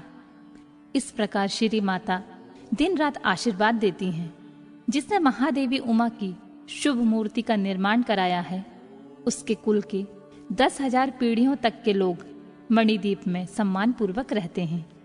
महामाया की मूर्ति को स्थापित करके उसकी भली भांति पूजा करने के पश्चात साधक जिस जिस मनोरथ के लिए प्रार्थना करता है, उसको अवश्य प्राप्त कर लेता है। जो श्री माता को स्थापित की हुई उत्तम मूर्ति को मधु मिश्रित घी से नहलाता है, उसके पुण्य फल की गणना कौन कर सकता है। चंदन, अगुरु, कपूर, जटामांसी तथा नागरमोथा आदि से युक्त जल तथा एक रंग की गौयों के दूध से परमेश्वरी को नहलाए। तत्पश्चात अष्टदशांग धूप के द्वारा अग्नि में उत्तम आहुति दे तथा घृत और कपूर सहित बत्तियों द्वारा देवी की आरती उतारे। कृष्ण पक्ष की अष्टमी, नवमी, अमावस्या में अथवा शुक्ल पक्ष की पंचमी और दशमी तिथि में गंध पुष्प आदि उपचारों द्वारा जगदम्बा की विशेष पूजा करनी चाहिए। रात्रि सूक्त, श्री सूत्र अथवा देवी सूत्र को पढ़ते या मूल मंत्र का जाप करते हुए देवी की आराधना करनी चाहिए। विष्णुकांता और तुलसी को छोड़कर शेष सभी पुष्प देवी के लिए प्रीतिकारक जानने चाहिए। कमल का पुष्प उनके लिए विशेष प्रीतिकारक होता है। जो देवी को सोने चांदी के फूल चढ़ाता है वह करोड़ों सिद्धों से युक्त उनके परम धाम में जाता है। देवी के उपासकों को पूजन के अंत में सदा अपने अपराधों के लिए क्षमा प्रार्थना करनी चाहिए। जगत को आनंद प्रदान करने वाली परमेश्वरी प्रसन्न हो इत्यादि वाक्यों द्वारा स्तुति एवं मंत्र पाठ करता हुआ देवी के भजन में लगा रहने वाला उपासक उनका इस प्रकार ध्यान करे। देवी सिंह पर सवार हैं, उनके हाथों में अभय एवं वर की मुद्राएं हैं तथा वे भक्तों को अभीष्ट फल प्रदान करने वाली हैं। इस प्रकार महेश्वरी का ध्यान करके उन्हें नैवेद्य के रूप में नाना प्रकार के पके हुए फल अर्पित करें। जो परमात्मा शंभु शक्ति का नैवेद्य भक्षण करता है वह मनुष्य अपने सारे पाप को धोकर निर्मल हो जाता है। जो चैत्र शुक्ल तृतीया को भवानी की प्रसन्नता के लिए व्रत करता है वह जन्म मरण के बंधन से मुक्त होकर परम पद को प्राप्त होता है। विद्वान पुरुष इस तृतीया को तोलोत्सव करें, उसमें शंकर सहित जगदम्बा उमा की पूजा करें। फूल, कुमकुम, वस्त्र, कपूर, अगुर, चंदन, धूप, दीप, नैवेद्य, पुष्पहार तथा अन्य गंध द्रव्यों द्वारा शिव सहित सर्व कल्याणकारी महामाया महेश्वरी श्री गौरी देवी का पूजन करके उन्हें झूले में झुलाएं। जो प्रतिवर्ष नियम पूर्वक उक्त तिथि को देवी का व्रत और दोलोत्सव करता है उसे शिवा देवी संपूर्ण अभीष्ट पदार्थ देती हैं। वैशाख मास के शुक्ल पक्ष में अक्षय तृतीया तिथि आती है। उसमें आलस्य रहित हो जो जगदम्बा का व्रत करता है तथा बेला, मालती, चंपा, जपा, बंधुक और कमल के फूलों से शंकर सहित गौरी देवी की पूजा करता है वह करोड़ों जन्मों में किए गए मानसिक, वाचिक और शारीरिक पापों का नाश करके धर्म, अर्थ, काम और मोक्ष इन चारों पुरुषार्थों को अक्षय रूप में प्राप्त करता है। ज्येष्ठ शुक्ला तृतीया को व्रत करके जो अत्यंत प्रसन्नता के साथ महेश्वरी का पूजन करता है उसके लिए कुछ भी असाध्य नहीं होता है। आषाढ़ की शुक्ल पक्ष की तृतीया को अपने वैभव के अनुसार रथोत्सव करें। यह उत्सव देवी को अत्यंत प्रिय है। पृथ्वी को रथ समझे, चंद्रमा और सूर्य को उसके पहिए जाने, वेदों को घोड़े और ब्रह्मा जी को सारथी माने। इस भावना से मणिजटित रथ की कल्पना करके उससे पुण्य मालाओं से सुशोभित करें। फिर उसके भीतर शिवा देवी को विराजमान करे। तत्पश्चात बुद्धिमान पुरुष यह भावना करे कि परा अम्बा उमा देवी संपूर्ण जगत की रक्षा के लिए उसकी देखभाल करने के निमित्त रथ के भीतर बैठी हैं। जब रथ धीरे धीरे चले तब जय जयकार करते हुए प्रार्थना करें, देवी दीन वत्सले, हम आपकी शरण में आए हैं, हमारी रक्षा कीजिए। इन वाक्यों द्वारा देवी को संतुष्ट करें और यात्रा के समय नाना प्रकार की बाजे बजवाएं। ग्राम या नगर की सीमा के अंत तक रथ को ले जाकर वहां उस रथ पर देवी की पूजा करें और नाना प्रकार के स्तोत्रों से उनकी स्तुति करके फिर उन्हें वहां से अपने घर वापस ले आएं। तदनंतर सैकड़ों बार प्रणाम करके जगदम्बा से प्रार्थना करें। जो विद्वान इस प्रकार देवी का पूजन, व्रत एवं रथोत्सव करता है वह इस लोक में संपूर्ण भोगों का उपभोग करके अंत में देवी के धाम को जाता है। श्रावण और भाद्रपद मास की शुक्ला तृतीया को जो विधि पूर्वक अम्बा का व्रत करता और पूजन करता है वह इस लोक में पुत्र, पौत्र और धन से संपन्न होकर सुख भोगता है तथा अंत में सब लोकों से ऊपर विराजमान उमालोक में जाता है। अश्विन मास के शुक्ल पक्ष में नवरात्र व्रत करना चाहिए। उसके करने पर संपूर्ण कामनाएं सिद्ध हो जाती हैं, इसमें संशय नहीं है। इस नवरात्र व्रत के प्रभाव का वर्णन करने में चतुरानन ब्रह्मा, पंचानन महादेव तथा षडानन कार्तिकेय भी समर्थ नहीं है। फिर दूसरा कौन समर्थ हो सकता है? मुनि श्रेष्ठ, नवरात्र व्रत का अनुष्ठान करके विरथ के पुत्र राजा सुरथ ने अपने खोए हुए राज्य को प्राप्त कर लिया था।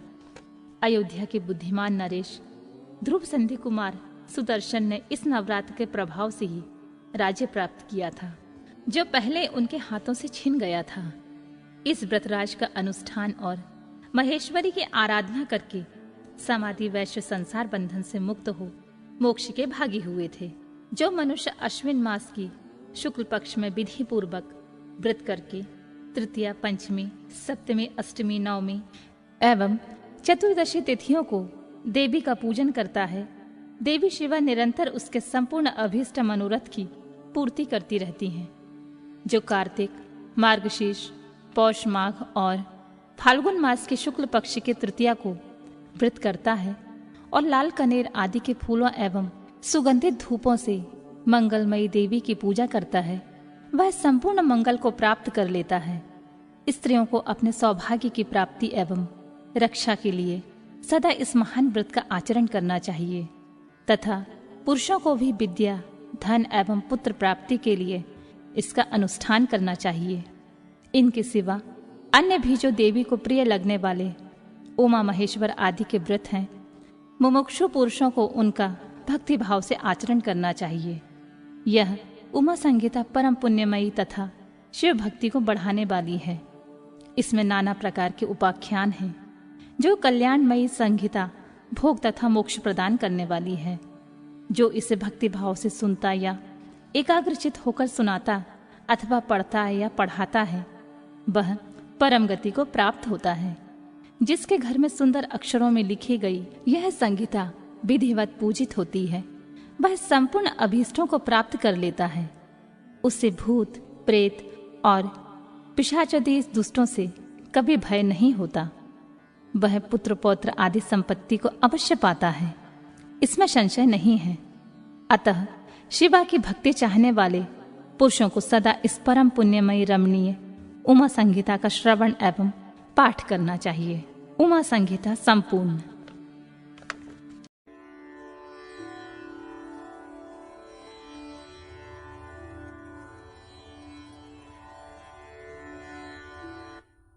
कैलाश संहिता। ऋषियों का सूत जी से तथा वामदेव जी का स्कंदन से प्रश्न। प्रणवार्थ निरूपण के लिए अनुरोध। जो प्रधान और पुरुष के नियंता तथा सृष्टि पालन और संहार के कारण हैं, उन पार्वती सहित शिव को उनके पार्षदों और पुत्रों के साथ प्रणाम है। ऋषि बोले, सूत जी, हमने अनेक आख्यान से युक्त परम मनोहर उमा संहिता सुनी। अब आप शिव तत्व का ज्ञान बढ़ाने वाली कैलाश संहिता का वर्णन कीजिए। व्यास जी ने कहा, पुत्रो, शिव तत्व का प्रतिपादन करने वाली दिव्य कैलाश संहिता का वर्णन करता हूँ, तुम प्रेम पूर्वक सुनो। तुम्हारे प्रति स्नेह होने के कारण ही मैं तुम्हें यह प्रसंग सुना रहा हूँ। इतना कहकर व्यास जी ने काशी में मुनियों के साथ सूत जी के संवाद, व्यास मुनि संवाद, शिव पार्वती संवाद, शिव जी के द्वारा पार्वती के प्रति संन्यास पद्धति, संन्यासाचार, संन्यास मंडल, संन्यास पद्धति न्यास, वर्ण पूजन, प्रणवार्थ पद्धति आदि प्रसंगों का वर्णन करके पुनः ऋषिगण तथा सूत जी की मिलन एवं संवाद की अवतारणा करते हुए सूत जी के प्रति ऋषियों के प्रश्न का यूं वर्णन किया। ऋषि बोले, महाभाग सूत जी, आप हमारे श्रेष्ठ गुरु हैं। अतः यदि आपका हम पर अनुग्रह हो तो हम आपसे एक प्रश्न पूछते हैं। श्रद्धालु शिष्यों पर आप जैसे गुरुजन सदा स्नेह रखते हैं। इस बात को आपने इस समय हमें प्रत्यक्ष दिखा दिया है। मुने, विरजा होम के समय पहले आपने जो वामदेव का मत सूचित किया था, उसे हमने विस्तार पूर्वक नहीं सुना। अब हम बड़े आदर और श्रद्धा के साथ उसे सुनना चाहते हैं। कृपा सिंधु, आप प्रसन्नता पूर्वक उसका वर्णन करें। ऋषियों की यह बात सुनकर सूत जी के शरीर में रोमांच हो आया। उन्होंने गुरु के भी परम उत्कृष्ट गुरु महादेव जी को, त्रिभुवन जननी महादेवी उमा को तथा गुरु व्यास जी को भक्ति पूर्वक नमस्कार करके मुनियों को आनंदित करते हुए गंभीर वाणी में इस प्रकार कहा। सूत जी बोले, मुनियों, तुम्हारा कल्याण हो, तुम सब लोग सदा सुखी रहो। महाभाग महात्माओं, तुम भगवान शिव के भक्त तथा दृढ़ता पूर्वक व्रत का पालन करने वाले हो। यह निश्चित रूप से जानकर ही मैं तुम लोगों के समक्ष इस विषय का प्रसन्नतापूर्वक वर्णन करता हूं, सो ध्यान देकर सुनो। पूर्व काल के रतनतल कल्प में महामुनि वामदेव माता के गर्भ से बाहर निकलते ही शिव तत्व ज्ञाताओं में सर्वश्रेष्ठ माने जाने लगे। वे वेदों, आगमों, पुराणों तथा अन्य सब शास्त्रों के भी तात्विक अर्थ को जानने वाले थे। देवता, असुर तथा मनुष्य आदि सभी जीवों के जन्म कर्मों का उन्हें भली भांति ज्ञान था। उसका संपूर्ण अंग भस्म लगाने से उज्जवल दिखाई देता था। उनके मस्तक पर जटाओं का एक समूह शोभा देता था। वे किसी के आश्रित नहीं थे। उनके मन में किसी वस्तु की इच्छा नहीं थी। वे शीत उष्ण आदि द्वंद्वों से परे तथा अहंकार शून्य थे। वे दिगंबर महाज्ञानी महात्मा दूसरे महेश्वर के समान जान पड़ते थे। उन्हीं के जैसे स्वभाव वाले बड़े बड़े मुनि शिष्य होकर उन्हें घेरे रहते थे। वे अपने चरणों के स्पर्श जनित पुण्य से इस पृथ्वी को पवित्र करते हुए सब ओर विचरते और अपने चित्त को निरंतर परमधाम स्वरूप पर ब्रह्मा परमात्मा में लगाए रहते थे। इस तरह घूमते हुए वामदेव जी ने मेरु के दक्षिण शिखर कुमार श्रृंग में प्रसन्नतापूर्वक प्रवेश किया, जहां मयूर वाहन शिव कुमार ज्ञान में शक्ति धारण करने वाले समस्त असुरों के नाशक और सर्वदेव वंदित भगवान स्कंदन रहते थे। उनके साथ उनकी शक्ति भूता गजावल्ली भी थी। वही स्कंदसर के नाम से प्रसिद्ध एक सरोवर था, जो समुद्र के समान अगाध एवं विशाल दिखाई देता था। उसका जल ठंडा और स्वादिष्ट था। वह सरोवर स्वच्छ, अगाध और बहुत जल राशि से पूर्ण था। उसमें संपूर्ण आश्चर्यजनक गुण विद्यमान थे। वह जलाशय स्कंद स्वामी के समीप ही था। महामुनि वामदेव ने शिष्यों के साथ उसमें स्नान करके शिखर पर्वत पर बैठे हुए मुनि वृंद सेवित कुमार के दर्शन किए। वे उगते हुए सूर्य के समान तेजस्वी थे। मोर उनका श्रेष्ठ वाहन था। उसकी 4 भुजाएं थीं। सभी अंगों में उदारता सूचित होती थी। मुकुट आदि उनकी शोभा बढ़ा रहे थे। रत्नभूत 2 शक्तियां उनकी उपासना करती थीं। उन्होंने अपने 4 हाथों में क्रमशः शक्ति, कुरकुट, वर और अभय धारण कर रखे थे। स्कंद का दर्शन और पूजन करके उन मुनीश्वर ने बड़ी भक्ति से उनका स्तवन आरंभ किया। वामदेव बोले, जो प्रणव के वाच्यार्थ, प्रवणार्थ के प्रतिपादक, प्रणवाक्षर के रूप, बीज से युक्त तथा प्रणव रूप हैं, आप उन स्वामी कार्तिकेय को बारंबार नमस्कार है। वेदांत के अर्थभूत ब्रह्मा ही जिनका स्वरूप है, जो वेदांत का अर्थ करते हैं, वेदांत के अर्थ को जानते हैं और नित्य विदित है, उन स्कंदन स्वामी को बारंबार नमस्कार है। समस्त प्राणियों की हृदय गुफा में प्रतिष्ठित गुह को नमस्कार है, जो स्वयं गुहा है, जिनका रूप गुहा है, जो गुहा के शास्त्रों के ज्ञाता हैं, उन स्वामी कार्तिकेय को नमस्कार है। प्रभु, आप अणु से भी अत्यंत अणु और महान से भी परम महान हैं। कारण और कार्य अथवा भूत और भविष्य के भी ज्ञाता हैं। आप परमात्मा स्वरूप को नमस्कार है। आप स्कंद माता के गर्भ में युत हैं। स्कंदन ही आपका रूप है। आप सूर्य और अरुण के समान तेजस्वी हैं। परिजात की माला से सुशोभित मुकुट आदि धारण करने वाले आप स्कंदन स्वामी को सदा नमस्कार है। आप शिव के शिष्य और पुत्र हैं। शिव कल्याण देने वाले हैं, शिव को प्रिय हैं तथा शिवा और शिव के लिए आनंद की निधि हैं। आपको नमस्कार है। आप गंगा जी के बालक, कृतिकाओं के कुमार, भगवती उमा के पुत्र तथा सरकंडों के वन में शयन करने वाले हैं। आप महाबुद्धिमान देवता को नमस्कार है। सरक्षर मंत्र आपका शरीर है। आप 6 प्रकार के अर्थ का विधान करने वाले हैं। आपका रूप 6 मार्गों से परे है। आप षडानन को बारंबार नमस्कार है।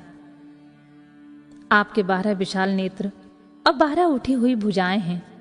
उन भुजाओं में आप 12 आयुध धारण करते हैं। आपको नमस्कार है।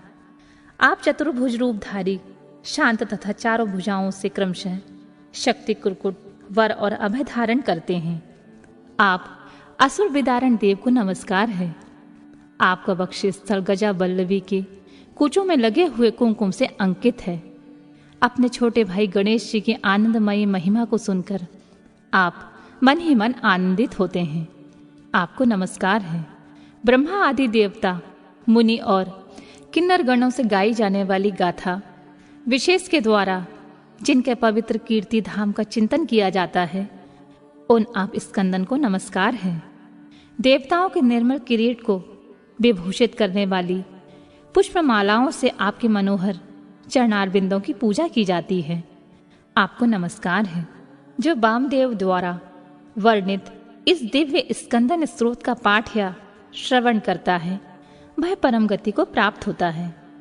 यह स्रोत बुद्धि को बढ़ाने वाला, शिव भक्ति की वृद्धि करने वाला, आयु, आरोग्य तथा धन की प्राप्ति कराने वाला और सदा संपूर्ण अभीष्टों को देने वाला है।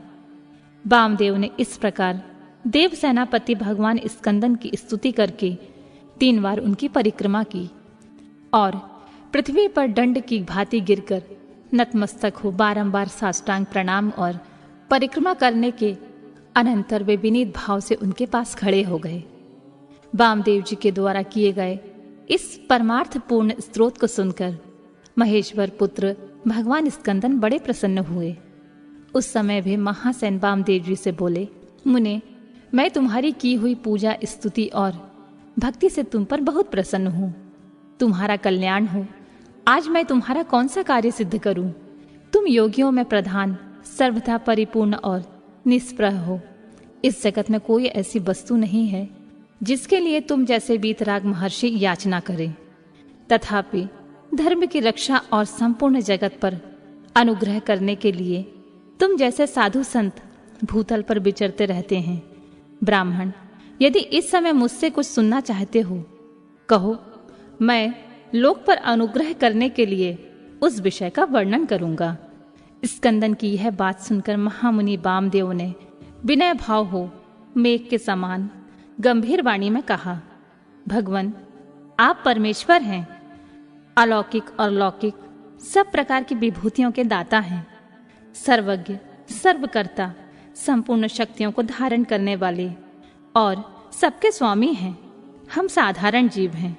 आप परमेश्वर के समीप बोलने की शक्ति या बात करने की योग्यता हम में नहीं है। तथापि यह आपका अनुग्रह है कि आप मुझसे बात करते हैं। महाप्राज्ञ, मैं कृतार्थ हूँ। कण मात्र विज्ञान से प्रेरित हो आपके समक्ष अपना प्रश्न रख रहा हूँ। मेरे इस अपराध को क्षमा करेंगे। प्रणव सबसे उत्तम मंत्र है। वह साक्षात परमेश्वर का वाचक है। पशुओं के पाश को छुड़ाने वाले भगवान पशुपति ही उसके वाच्यार्थ हैं। ओमदीतम सर्वम, ओमकार ही यह प्रत्यक्ष दिखने वाला समस्त जगत है। यह सनातन श्रुति का कथन है। ओमिति ब्रह्मा, अर्थात ओम यह ब्रह्मा है तथा सर्वदोत्तम ब्रह्मा, यह सब ब्रह्मा ही है, इत्यादि बातें भी श्रुतियों द्वारा कही गई हैं। इस प्रकार मैंने समिष्टि और व्यष्टि भाव से प्रणवार्थ का श्रवण किया है। तात्पर्य यह है कि समिष्टि और व्यष्टि सभी प्रकार के प्रणव के ही अर्थ हैं। प्रणव के द्वारा सबका प्रतिपादन होता है, यह बात मैंने सुन रखी है। महासेन, मुझे कभी आप जैसा गुरु नहीं मिला, अतः कृपा करके आप प्रणव के अर्थ का प्रतिपादन कीजिए। उपदेश की विधि से तथा सदाचार परंपरा को ध्यान में रखकर आप हमें प्रणवार्थ का उपदेश दें। मुनि के इस प्रकार पूछने पर स्कंदन के प्रणय स्वरूप अतिश्रेष्ठ कलाओं द्वारा लक्षित तथा पार्श्व भाग में उमा को साथ रखने वाले और मुनिवरों से घिरे हुए भगवान सदाशिव को प्रणाम करके उस श्रेय का वर्णन आरंभ किया जिसे श्रुतियों ने भी छिपा रखा है।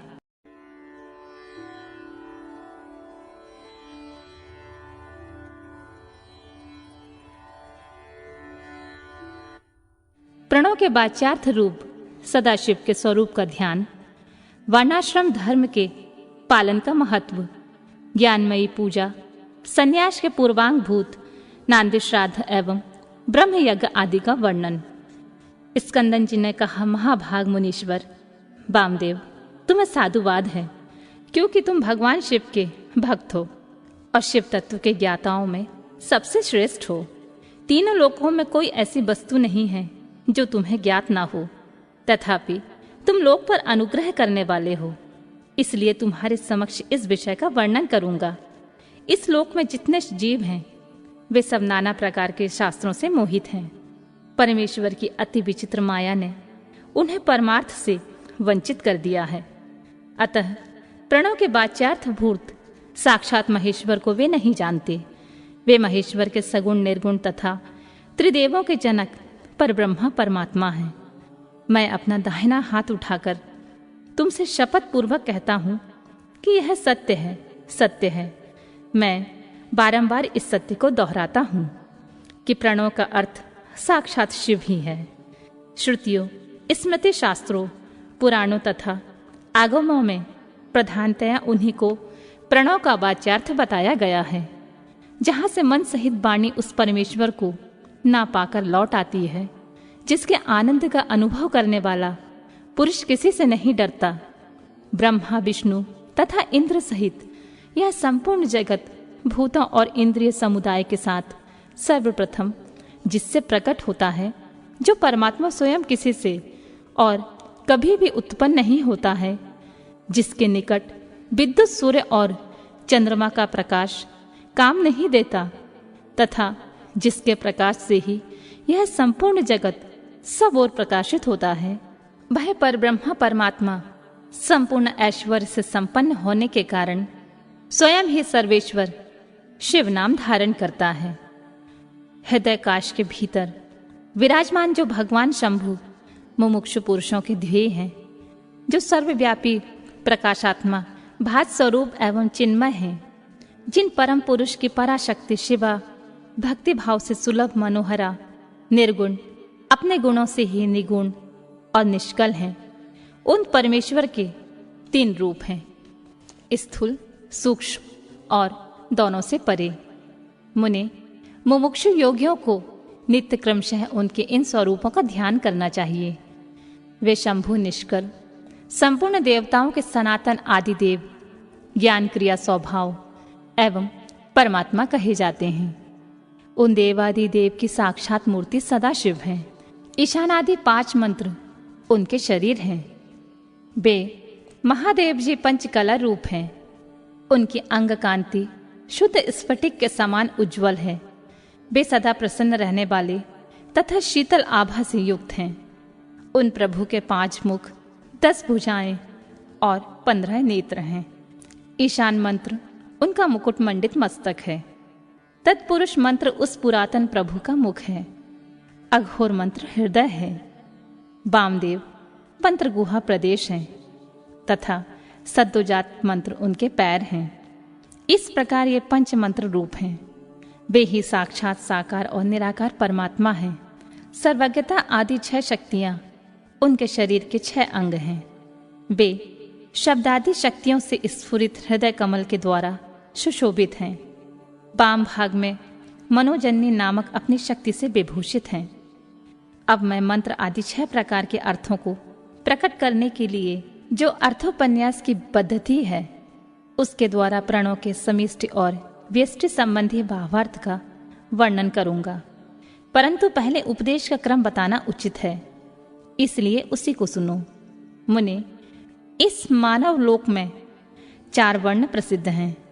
उनमें से जो ब्राह्मण, क्षत्रिय और वैश्य ये 3 वर्ण हैं, उन्हीं का वैदिक आचार से संबंध है। त्रिवर्णिकों की सेवा ही जिनके लिए सारभूत धर्म है, उन शूद्रों का वेदा अध्ययन में अधिकार नहीं है।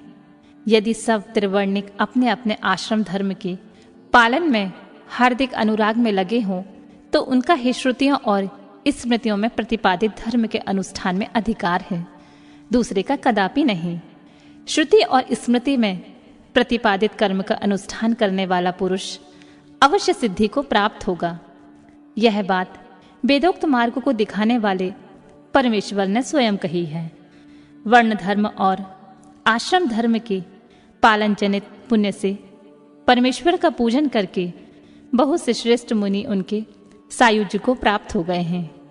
ब्रह्मचर्य के पालन से, ऋषियों की यज्ञ कर्मों के अनुष्ठान से देवताओं की तथा संतानोत्पादन से पितरों की तृप्ति होती है, ऐसा श्रुति ने कहा है। इस प्रकार ऋषि ऋण, देव ऋण तथा पितृ ऋण, इन तीनों से मुक्त हो वानप्रस्थ आश्रम में प्रविष्ट हो मनुष्य शीत उष्ण तथा दुख दुखादि द्वंद्वों को सहन करते हुए जितेंद्रिय तपस्वी और मिताहारी हो यम नियम आदि योग का अभ्यास करें, जिससे बुद्धि निश्चय ही अत्यंत दृढ़ हो जाए। इस प्रकार क्रमशः अभ्यास करके शुद्ध चित्त हुआ पुरुष संपूर्ण कर्मों का संन्यास कर दे। समस्त कर्मों का संन्यास करने के पश्चात ज्ञान के समादर में तत्पर रहे। ज्ञान के समादर को ही ज्ञानमयी पूजा कहते हैं।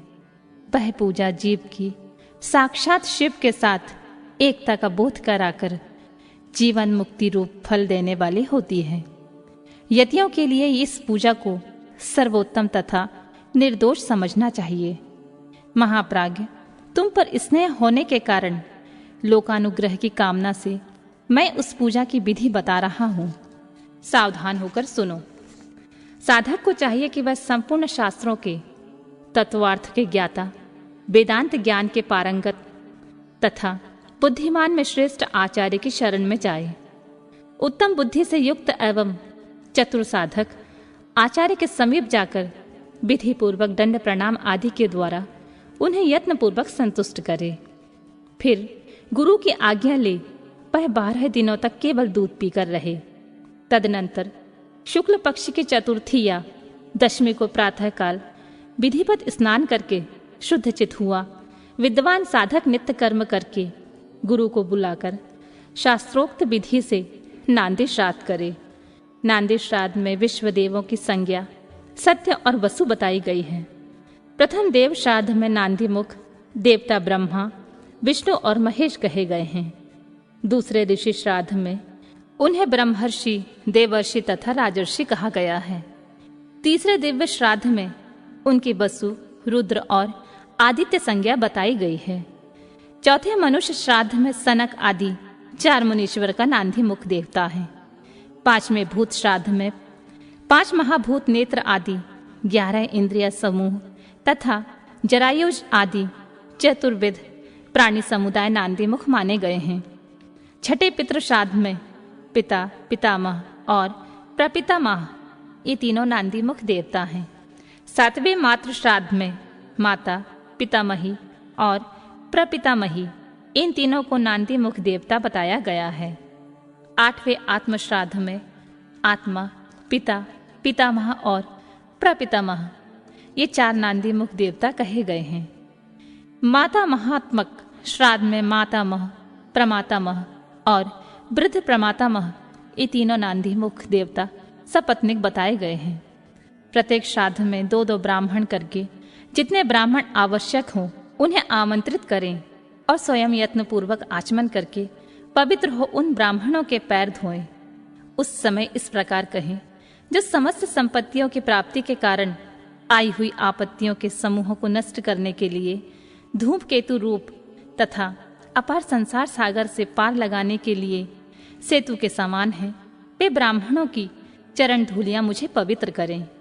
जो आपत्ति रूपी घने अंधकार को दूर करने के लिए सूर्य, अभीष्ट अर्थ को देने के लिए कामधेनु तथा समस्त तीर्थों के जल से पवित्र मूर्तियां हैं, वे ब्राह्मणों की चरण धूलियां मेरी रक्षा करें। ऐसा कहकर पृथ्वी पर दंड की भांति पड़कर साष्टांग प्रणाम करें। तत्पश्चात पूर्वाभिमुख बैठकर भगवान शंकर के युगल चरणार बिंदों का चिंतन करते हुए दृढ़तापूर्वक आसन ग्रहण करें।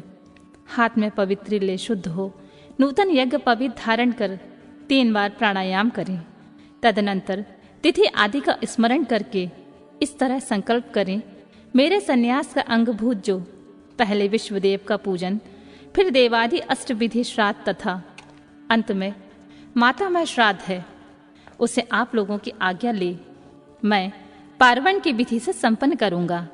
ऐसा संकल्प करके आसन के लिए दक्षिण दिशा से आरंभ करके उत्तरोत्तर कुशों का त्याग करें। तत्पश्चात आचमन करके खड़ा हो वर्णक्रम का आरंभ करें। अपने हाथ में पवित्र धारण करके 2 ब्राह्मणों के हाथों का स्पर्श करते हुए इस प्रकार कहें। विश्वदेवार्थे भवन्तु व्रणे भवदयानाम नांदी श्राद्धे क्षण प्रसादनीयः। अर्थात हम विश्वदेव श्राद्ध के लिए आप दोनों का वरण करते हैं। आप दोनों नांदी श्राद्ध में अपना समय देने की कृपा करें। इतना सभी श्राद्धों के ब्राह्मणों के लिए कहें। सर्वत्र ब्राह्मण वरण की विधि का यही क्रम है। इस प्रकार वरण का कार्य पूरा करके 10 मंडलों का निर्माण करें। उत्तर से आरंभ करके 10 मंडलों का अक्षत से पूजन करके उनके क्रमशः ब्राह्मणों को स्थापित करें। फिर उनके चरणों पर भी अक्षत आदि चढ़ाएं। तदनंतर संबोधन पूर्वक विश्वदेव आदि नामों का उच्चारण करें और कुश, पुष्प, अक्षत एवं जल से इदम व पाद्यम कहकर पाद्य निवेदन करें। इस प्रकार पाद्य निवेदन करके स्वयं भी अपना पैर धो लें और उत्तराभिमुख होकर आचमन करके एक एक श्राद्ध के लिए जो 2-2 ब्राह्मण कल्पित हुए हैं उन सबको आसनों पर बिठाएं और यह कहें। विश्वदेव स्वरूपस्य ब्राह्मणस्य इदमासनम। विश्वदेव स्वरूप ब्राह्मण के लिए यह आसन समर्पित है। यह कुशासन दें और स्वयं भी हाथ में कुश लेकर आसन पर स्थित हो जावें और कहें। अस्मिन् नांदी मुखे श्राद्धे विश्वदेवार्थे भवदयानाम क्षण क्रियाताम। इस नांदी मुख श्राद्ध में विश्वदेव के लिए आप दोनों क्षण समय प्रदान करें। तदनंतर प्राप्तुत्याम भवन्तु। आप दोनों ग्रहण करें, ऐसा कहें। फिर दोनों श्रेष्ठ ब्राह्मण इस प्रकार उत्तर दें। प्राप्तियाव, हम दोनों ग्रहण करेंगे। इसके बाद यजमान और उस श्रेष्ठ ब्राह्मण से प्रार्थना करें, मेरे मनोरथ की पूर्ति हो, संकल्प की सिद्धि हो, इसके लिए आप अनुग्रह करें। तत्पश्चात पद्धति के अनुसार अर्घ दें, पूजन करें। शुद्ध केले के पत्ते आदि धोए हुए पात्रों के परिपक्व अन्न आदि भोज्य पदार्थों को परोसकर पृथक पृथक कुश बिछाकर और स्वयं वहां जल छिड़ककर प्रत्येक पात्र पर आदर पूर्वक दोनों हाथ लगाकर पृथ्वी ते पात्रम इत्यादि मंत्र का पाठ करें। वहां स्थित हुए देवता आदि का चतुर्थ पर्यंत उच्चारण करके अक्षत सहित जल ले स्वाहा बोलकर उनके लिए अन्न अर्पित करें और अंत में नमम आदि का वाक्य का उच्चारण करें। सर्वत्र माता आदि के लिए भी अन्न अर्पण की यही विधि है और अंत में इस प्रकार प्रार्थना करें। जिनके चरणार बिंदों के चिंतन एवं नाम जप से न्यूनतापूर्ण अथवा अधूरा कर्म भी पूरा हो जाता है, उन साम्य सदाशिव उमा महेश्वर की मैं वंदना करता हूँ। इसका पाठ करके कहें, ब्राह्मणों, मेरे द्वारा किया हुआ यह नांदी मुख श्राद्ध यथोक्त रूप से परिपूर्ण हो, यह आप कहें। ऐसी प्रार्थना के साथ उन श्रेष्ठ ब्राह्मणों को प्रसन्न करके उनका आशीर्वाद लें और अपने हाथ में लिया हुआ जल छोड़ दें। फिर पृथ्वी पर दंड की भांति गिरकर प्रणाम करें और उठकर ब्राह्मणों से कहें, यह अन्न अमृत रूप हो। फिर उदार चेता साधक हाथ जोड़कर अत्यंत प्रसन्नता पूर्वक प्रार्थना करें। श्री रुद्र सूक्त का चमका अध्याय सहित पाठ करें। पुरुष सूक्त भी विधिवत आवृत्ति करें। मन में भगवान सदाशिव का ध्यान करते हुए ईशान सर्व विद्यानाम इत्यादि 5 मंत्रों का जप करें। जब ब्राह्मण लोग भोजन कर चुके तब रुद्र सूक्त का पाठ समाप्त कर क्षमा प्रार्थना पूर्वक उन ब्राह्मणों को पुनः अमृतो पिधानमसि स्वाहा यह मंत्र पढ़कर उत्तरापोषण के लिए जल दें। तदनंतर हाथ पैर धो आचमन करके पिंडदान के स्थान पर जाएं। वहां पूर्वाभिमुख बैठकर मौन भाव से 3 बार प्राणायाम करें। इसके बाद मैं नांदी मुख श्राद्ध का अंगभूत पिंडदान करूंगा, ऐसा संकल्प करके दक्षिण से लेकर उत्तर की ओर 9 रेखाएं खींचें और उन रेखाओं पर क्रमशः 12-12 पूर्वाग्र कुश बिछाएं। फिर दक्षिण की ओर से देवता आदि के 5 स्थानों पर चुपचाप अक्षत और जल छोड़ें। पितृवर्ग के 3 स्थानों पर क्रमशः अक्षत जल छोड़कर 9वें माता मतादि के स्थान पर मार्जन करें। तत्पश्चात अत्य पितरो मादाय ध्वम कहकर देवादि के 5 स्थानों पर क्रमशः अक्षत जल छोड़ें।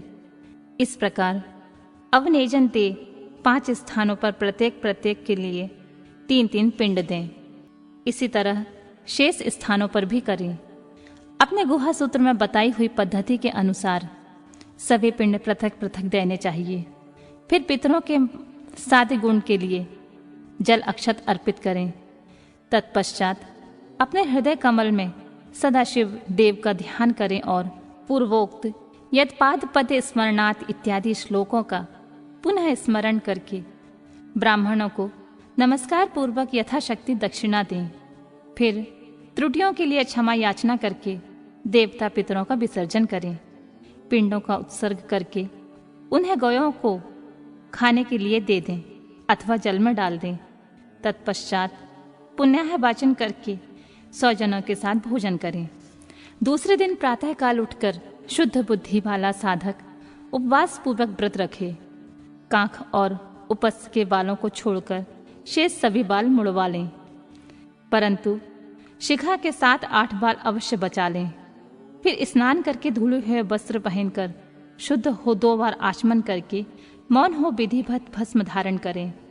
पुण्य वाचन करके उनसे अपने आप का प्रोक्षण कर बाहर भीतर से शुद्ध हो होम द्रव्य और आचार्य की दक्षिणा को द्रव्य को छोड़कर शेष सभी द्रव्य महेश्वरार्पण बुद्धि से ब्राह्मणों और विशेषतः शिव भक्तों को बांट दें। तदनंतर गुरु रूपधारी शिव के लिए वस्त्र आदि की दक्षिणा दें। पृथ्वी पर दंडवत प्रणाम करके डोरा कोपेन वस्त्र तथा दंड आदि जो धोकर पवित्र किए हैं उन्हें धारण करें। तदनंतर होम द्रव्य और समिधा आदि लेकर समुद्र या नदी के तट पर, पर्वत पर, शिवालय में, वन में अथवा गौशाला में किसी उत्तम स्थान का विचार करके वहां बैठ जाएं और आचमन करके पहले मानसिक जप करें। ओम नमो ब्राह्मणे इस मंत्र का 3 बार जाप करके अग्निमीलें पुरोहितम इस मंत्र का पाठ करें। इसके बाद अथ महाव्रतायाम अग्नि में देवानाम एतस्य समाग्रण्याम ओमिषे त्वजे तो अवायवस्थ अग्नः आयाति बीतीये तथा शम नो देवी रभीष्टिये इत्यादि का पाठ करें। इन सब का पाठ करने के पश्चात यथासंभव वेद पुराण आदि का स्वाध्याय करें। इसके बाद ओम ब्राह्मणे नमः, ओम इंद्राय नमः, ओम सूर्याय नमः, ओम सोमाय नमः, ओम प्रजापते नमः, ओम आत्मने नमः, ओम अंतरात्मे नमः, ओम ज्ञानात्मे नमः, ओम परमात्माने नमः इत्यादि रूप से ब्रह्मा आदि शब्दों की आदि में ओम और अंत में नमः लगाकर उनके चतुर्थ पर्यंत रूप का जप करें। इसके बाद 3 मुट्ठी सत्तू लेकर प्रणव के उच्चारण पूर्वक 3 बार खाएं और प्रणव से ही 2 बार आचमन करके नाभि का स्पर्श करें। उस समय आगे और अंत में नमः स्वाहा जोड़कर उनका उच्चारण करें तथा ओम आत्मने नमः स्वाहा, ओम अंतरात्मने नमः स्वाहा, ओम ज्ञानात्मे नमः स्वाहा, ओम परमात्मने नमः स्वाहा, ओम प्रजापते नमः स्वाहा इति। तदनंतर पृथक पृथक प्रणव मंत्र से ही दूध दही मिले हुए घी को अथवा केवल जल को 3 बार चाटकर पुनः 2 बार आचमन करें। उसके बाद मन को स्थिर करके सुस्थिर आसन पर पूर्वाभिमुख बैठकर शास्त्रोक्त विधि से 3 बार प्राणायाम करें।